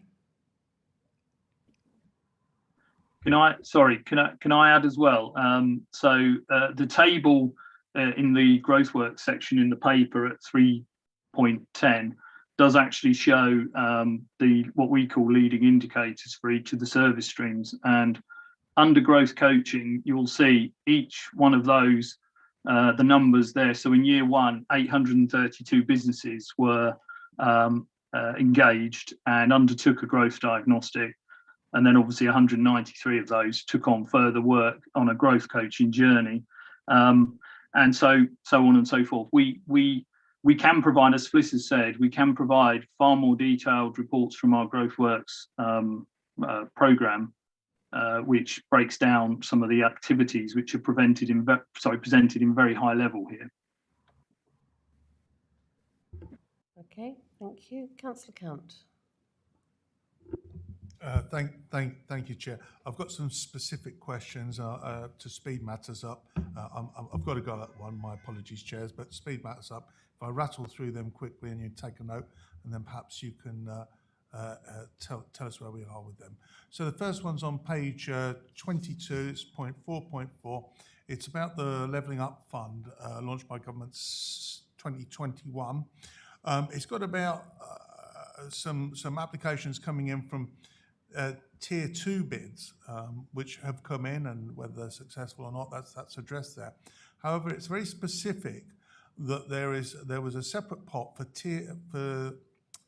combined authorities with transport powers up to 50, could bid up to £50 million. I understand that there may have been a cut-off point of 6th of July. I'm not sure if it ties up the same cut-off point.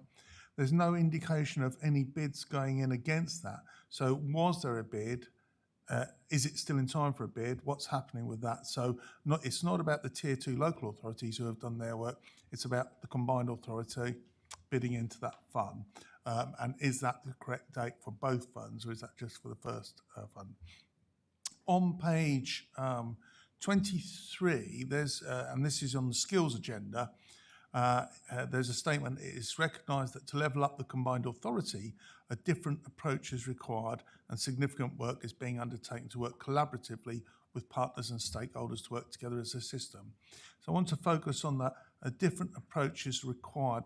Could we get some sort of response as to what is not working that we need a different approach for, and what that collaborative work is, that is the different approach that you're describing, please.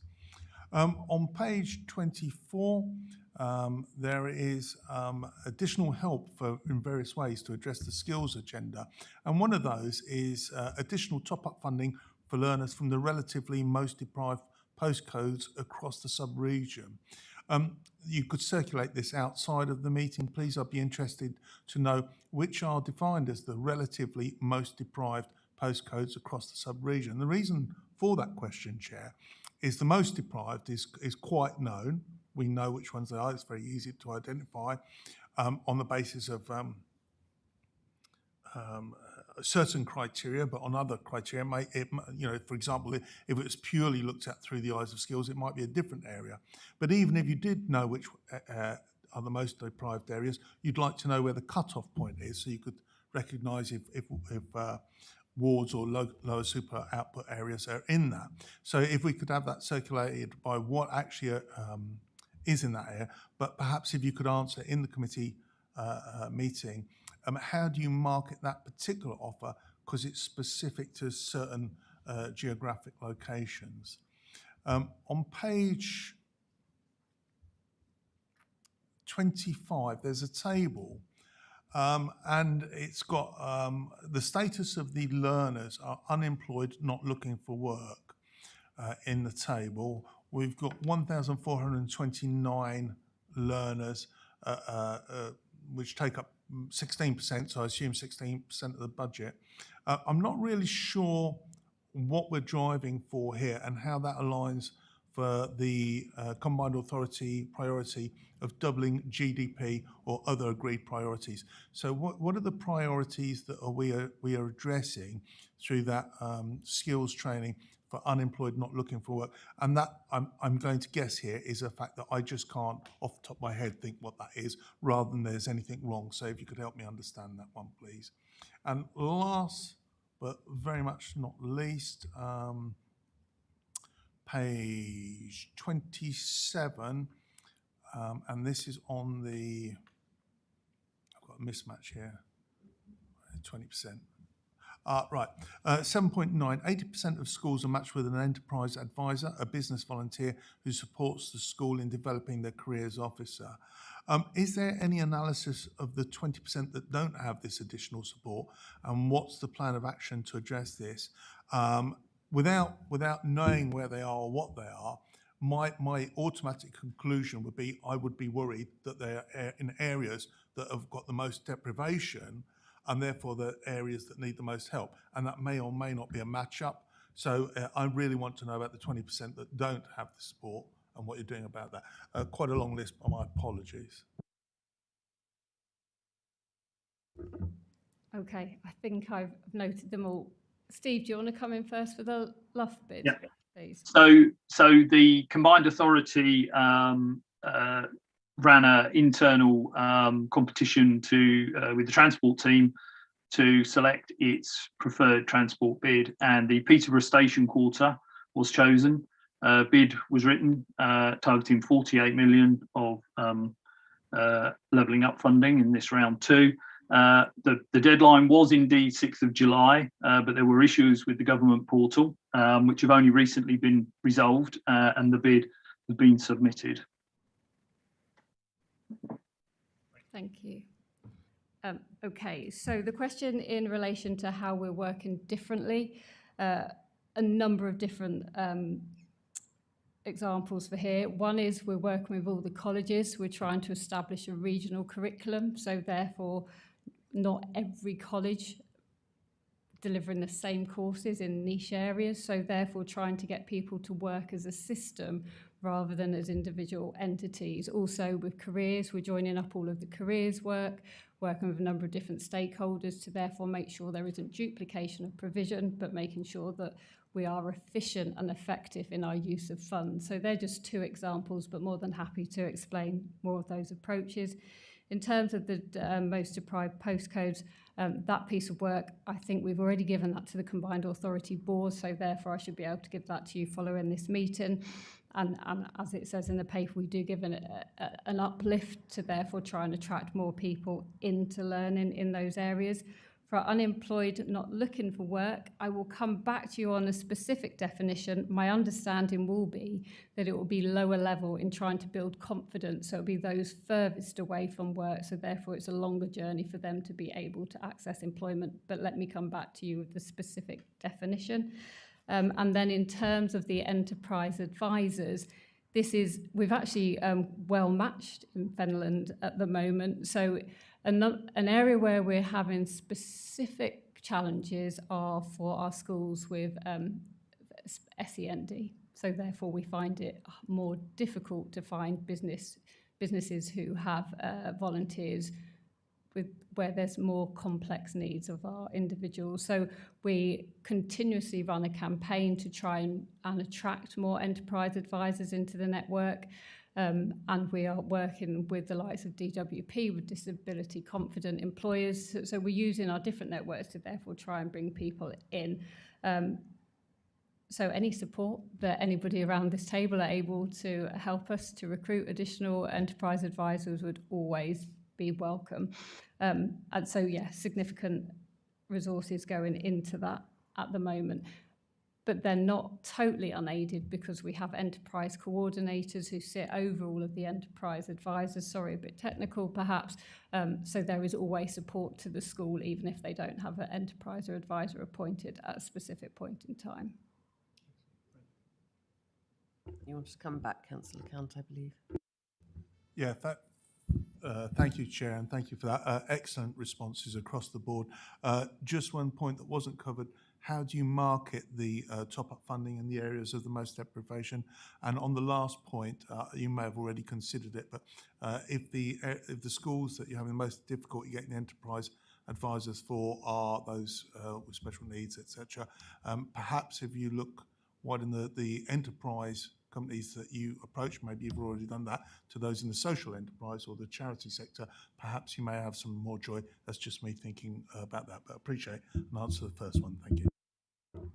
Thank you. So as a combined authority, we do use a number of marketing techniques to push information out, but it's also the college's responsibility in receipt of the additional uplift to therefore target those learners most, which is why there's an uplift associated with it.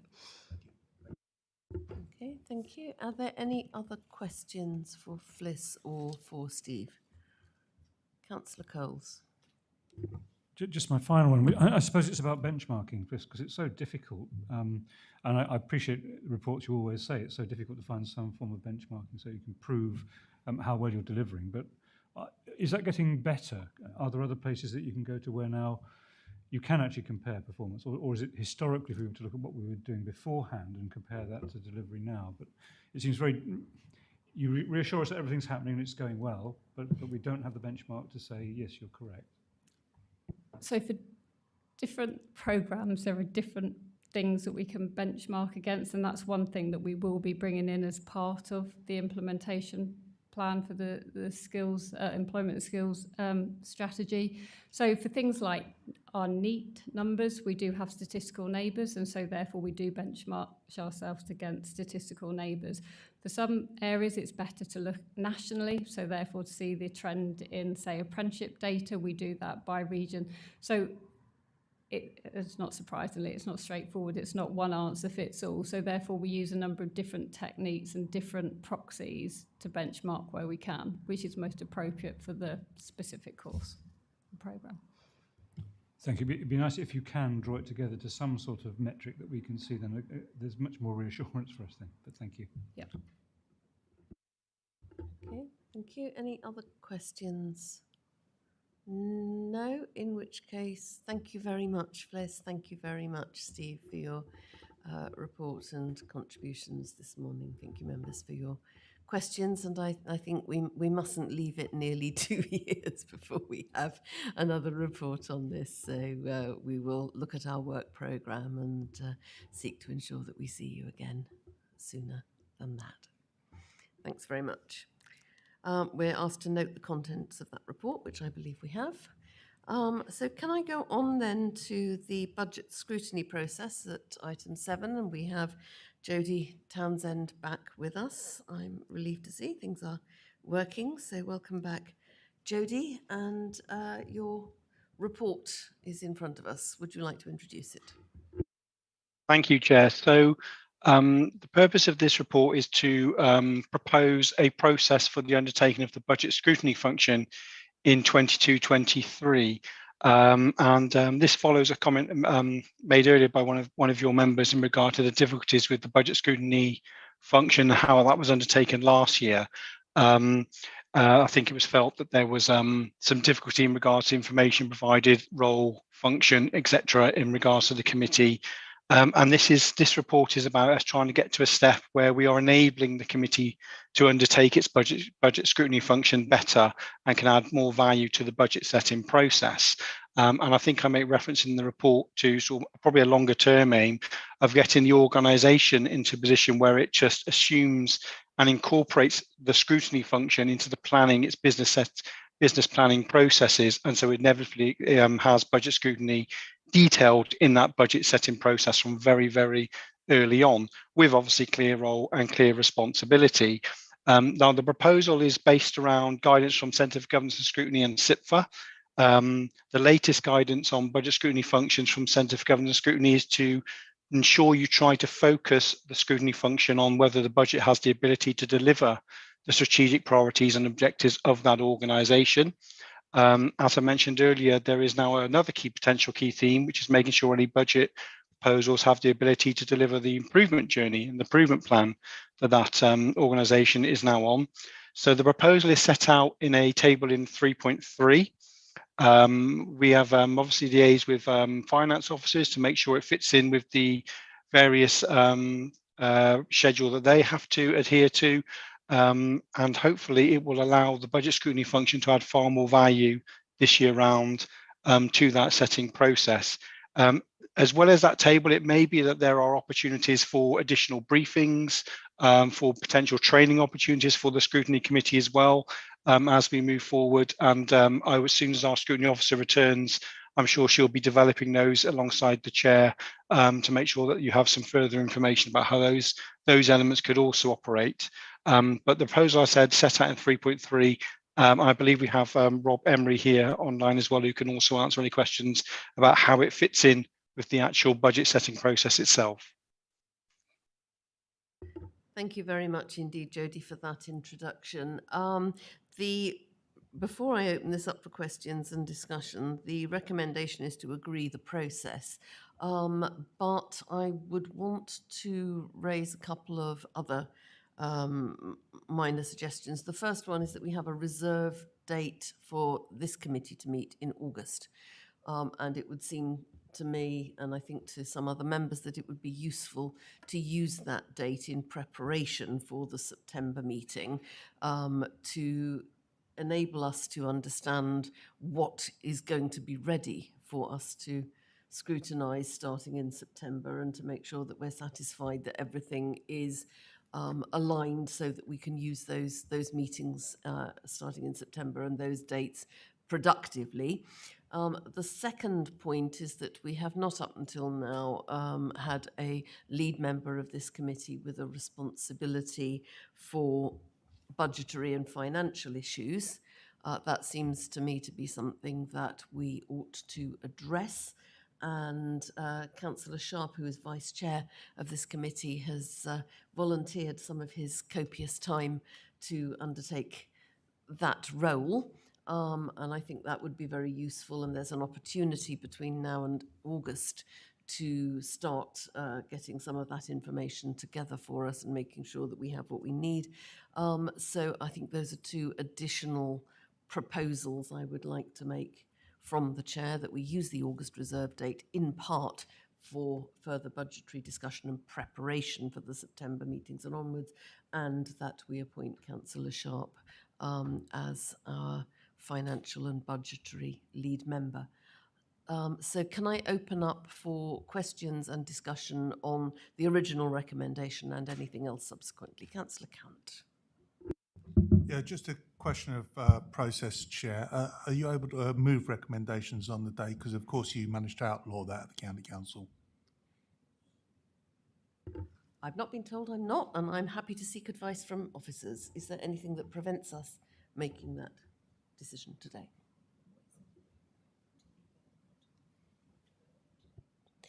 The question is being asked as to whether we are allowed to vote on additional recommendations made today, namely the two that I've made. The first one about appointing Councillor Sharp as a finance and budgetary lead member, and the second one about using the August reserve date. I think that's something that we can decide anyway. We have our date of next meeting as an agenda item, so I don't see that there's anything preventing us from deciding the date of our next meeting or what we should consider at it. Indeed, our work programme is also an item under item 9, so I see absolutely no reason why we cannot move forward with those. So am I being told that we are in order? Yes, I'm being told we are in order, which I was sure we were, and I'm sure Councillor Count was sure we were as well. Do we have a seconder for those proposals? I'll second, Chair, and I'm delighted that you're able to do something here that you've outlawed at the County Council. Yep, excellent.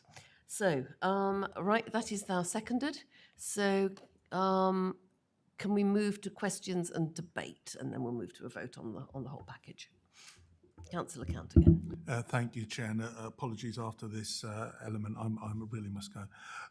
So my concerns are so it's good to see an improvement in how the ONS committee is going to be utilised in order to sit alongside the budget scrutiny function to a certain degree.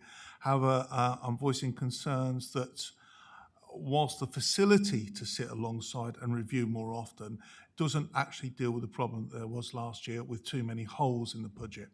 The ONS committee did, in fact, raise this during the budget setting process. They sat here, I was there subbing on that day, and we said quite clearly there are too many holes to go in front of the board for approval, and it still went onto the board for approval, and the board said the same, and there was multiple problems. So there is nothing in here that effectively says what will happen or what can be improved to address a situation such as that should it happen again. So I'm raising that at this early point in junction. I'm not proposing any recommendations, and I think it's something that the Chief Executive would probably want to just have some focus on as that moves forwards. Another thing I'd like to comment on is the background. There's something about the ONS being more able to perform its budget scrutiny if it's more strategic rather than line by line. I agree with that as a principle, but I would hate that to be an excuse to not have the information of line by line budget setting. The reason being that, the whole is made up of its many parts, and sometimes if one of those many parts fall over, then it upsets the whole. And some people do want to get into the depth of that. So whilst I agree that we should have more strategic, we should have either an appendices or an electronic link to the line by line. And the last point I want to raise is one that I raised in informal discussions earlier on, and that is on it's 3.2 of the report, and that is on page so it's 3.1 of the report. Thank you. Page 35, 3.1 of the report, and it talks about this requires to support. Now, bear with me. So it's 2.4 on that. The overview and scrutiny function may want to focus its budget scrutiny process on ensuring delivery of any improvement actions is achievable. And what really concerns me there, we had the early report of the improvement plan, which is vital and necessary. And without it, this combined authority may end up being in the hands of government with commissioners. Is this early signal that there's a real worry about whether improvement actions are achievable. And so I just want to endorse the fact that the ONS function needs to be on top of that as much as the Chief Exec is and keep its eye on that. So I'll just wait for responses, but then I must give my apologies. The meeting was scheduled till 1, Chair. Thank you. Any other comments or questions? Councillor Sharp. Thank you, Chair. Yes, just a couple of points. And I think it was music to my ears what the interim chief executive said about looking at the medium-term financial plan on a 3-year basis. Because in the past, as I said earlier, the infrastructure projects overlap 2, if not 3 years. I mean, last year was very disappointing. I can partly understand with the new mayor that the further years had not been fleshed out, but we certainly can't go into next year like that. We've got to be much further forward. The only comment I would make about the timetable is one of the issues we had last year was, well, I think in previous years we've had the same, where we've had a brief introduction from the Section 151 officer in October, and then November and in December meetings, we've looked at in much more detail at the budget. And we came to last year where in December we were starting looking at it, and we were told by the monitoring officer actually it was too late for us to comment on it, which I think did dumbfound a number of us members. But the only comment with that is there's a gap on these proposals. I know it does mention a possibly additional meeting may be required, but I can imagine budget being a moving feast, that November may not be the final draft budget, for want of a better word, that then goes to the board towards the end of January. So I think there may be a need in December to look at some changes, because I can understand in those 2 months you're formulating your plans and the projects, and the budget numbers can move in that time. So that would be my only comment on that. But once we come to September, it'll be interesting to see what's at the initial. I would hope the initial information we get is a lot further forward than it was last year. Thank you. Thank you. Any other? Councillor Coles. Thank you, Chair. I'm just a little bit concerned that we need a process, actually. If what we get is of the same below par standard that we had last time, for obvious reasons, but nevertheless, if we do get that, then we need to be able to correct that, and we need to be able to introduce whatever additional meetings are necessary to make sure we get the sort of quality that we're looking for. And I just wonder whether we have those sort of teeth, or whether we're going to be forced into accepting what we're given, come what may.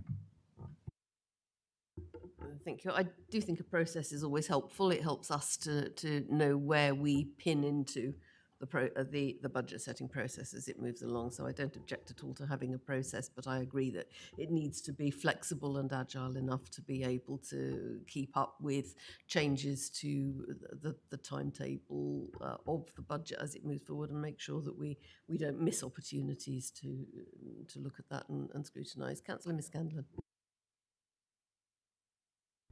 Thank you, Chairman. On a brief thing, if we need an emergency meeting and it's not always convenient for everyone to come here to Pathfinder House from their locations, we could possibly have a remote meeting that would probably be beneficial to discuss any points that need to be brought forward regarding the budget.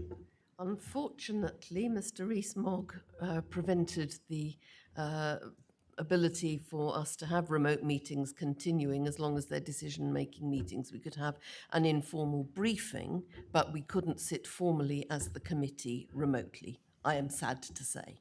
No, I agree. I know that legislation was changed that we couldn't do that. But yes, an informal briefing, maybe prior to a meeting where we can come to that meeting, a physical meeting, with all the information that's updated at the last minute.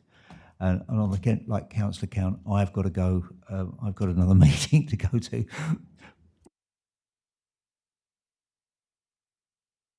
Right. Okay. So, do we have any quick responses on the issues that's been raised there? Very quickly, because I'm told we need to be out of here in 15 minutes.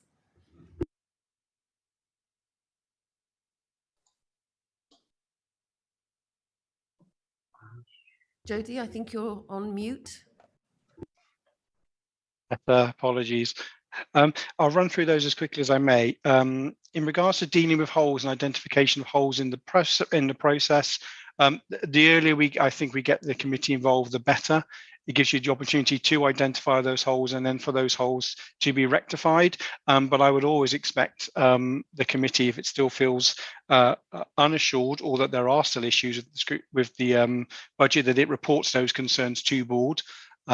Without doubt. In reference to line-by-line review, I would expect all information the committee needs to be provided to it, and that line-by-line review can obviously help develop key themes, which then allows you to develop those strategic key lines of inquiry. So I think that information can help you be more strategic. In regards to the timetable, again, I'd reference again, the earlier the committee is involved, the better. In regard to the process, I think the process is important because if anything, it puts in the minds of officers that they will be expected to provide this information to you at that earlier stage. And I think that's obviously very, very important. And I would always recommend and support the opportunity for informal briefings for our scrutiny committee, so they are better prepared and more enabled to undertake their scrutiny function. And that is certainly a process that happens at other combined authorities. Okay, thank you very much. So with that, are we happy to agree the budget scrutiny process, the appointment of Councillor Sharp as a lead member for Budget and Finance for this committee, and to use the August reserve date of this committee in part for a discussion of the budget and its preparation? All content? Yeah, excellent. Thank you very much indeed, members. That is all agreed. Now, bearing in mind that we have very little time left, the next item is the Combined Authorities Forward Plan. Does any lead member have anything that they need to raise with us now on the Forward Plan? Councillor Atkins. Thank you, Chair. I will be as speedy as possible. Just to note the following environment and climate change decisions going to the board. A couple of business cases going on Wednesday. So this is filling in stuff. This is all stuff we've looked at before, but the business cases are kind of trickling in. So there's another couple going to the board on Wednesday for Huntingdon biodiversity and for Fenland soil. And then in this new meeting in August is when the so-called LAD2 grant and the Sustainable Warmth Programme will be debated, but we may consider that at our own reserve meeting, I guess 2 days before that, if that's now going to happen. And so I think if that meeting goes ahead, that should probably be an item on that meeting in the forward plan. And then finally, in September, there are further business cases for various other aspects of the climate change plan, including supporting the Climate Change Commission on an ongoing basis, which I think is probably something that we should be supporting. Nothing else to update. Thanks. Thank you very much indeed. Not seeing anybody else, so we accept that update. Thank you very much. Our own work programme is next to discuss and agree items for addition to our work programme. We've already commented that we wish to use the August reserve date for budgetary issues and also for discussion of the improvement work, which we need to have at every meeting, I think. Yes, indeed.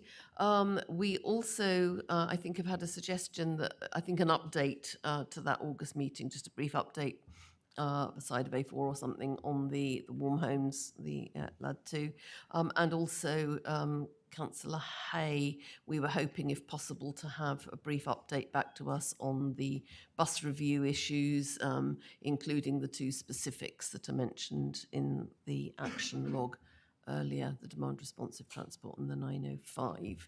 So I think that's going to be a fairly busy August meeting. There was a suggestion that we bring forward more widely we put back the climate change item from September to November. There was a suggestion that we bring it forward again to September. I don't know whether there's a view on that. Can I suggest, I think if as long as we cover LAD2 and the sustainable warmth and all of that bit in August, I think that will address members' immediate, high-profile, currently in the media concerns, and then we can look at the programme as a whole in November, I think would be a sensible timeline, unless other people want to disagree. Are we content to leave it in November? Yep. Okay, thank you very much indeed. And the other part of the work programme is to consider the scoping document from Councillor van der Weyer for addition to the work programme. Are people content to add that to the work programme and let Councillor van der Weyer get on with that? Yep, okay, thank you very much indeed. So we consider that item done then. Combined Authority Board agenda. Is there anybody who has a feeling that a question should be asked formally of the board on Wednesday on any topic that is on its agenda? Councillor Coles. I'm sorry, Chair, just going back to the work programme. The one issue I have is the date to be confirmed for budget scrutiny briefing in the training session. I'd like to know what sort of training we can expect and its quality and whether we need it and all of that sort of thing. So a bit of a fleshing out of that would be really helpful. Can I suggest that we come back to members with the suggested content of that as well as a suggested date so that we can decide whether it's what we need? Councillor Harvey. Yeah, just noticing 3.2 on page 35 says that the committee may wish to seek acceptance by the board and the interim chief that we can take a part in the budget setting process. Is that something we formally need to do and could do at the board meeting? Sorry, Councillor Harvey, could you run that by me again? Which page are we on? Okay, so sorry, this is on page 35 and point 3.2. It's been suggested that we might formally need to seek acceptance from the board that we can play this part, sort of enhanced role in the budget setting process. So I don't know whether that's a kind of hint that we need to formally request that. That's an interesting question. It wasn't actually put as a formal recommendation in the report itself. Can we come? Do we have time to come back to that in August? Do we think, or will that work? And decide whether we actually need to seek anything more formal, or do we need to do that now? Councillor Hassel. I'm just saying, could we not just seek officer advice on that and act accordingly? I don't think we have anybody still on the Zoom able to advise us on that point, but perhaps we can take that away and come back to that, to members on that informally and then formally in August if we need to do that. Yeah. Okay. So then date of the next meeting is Monday the 19th of September, but it isn't because we've decided we're using our reserve date of the 26th of August, which is a Friday. So with that, I think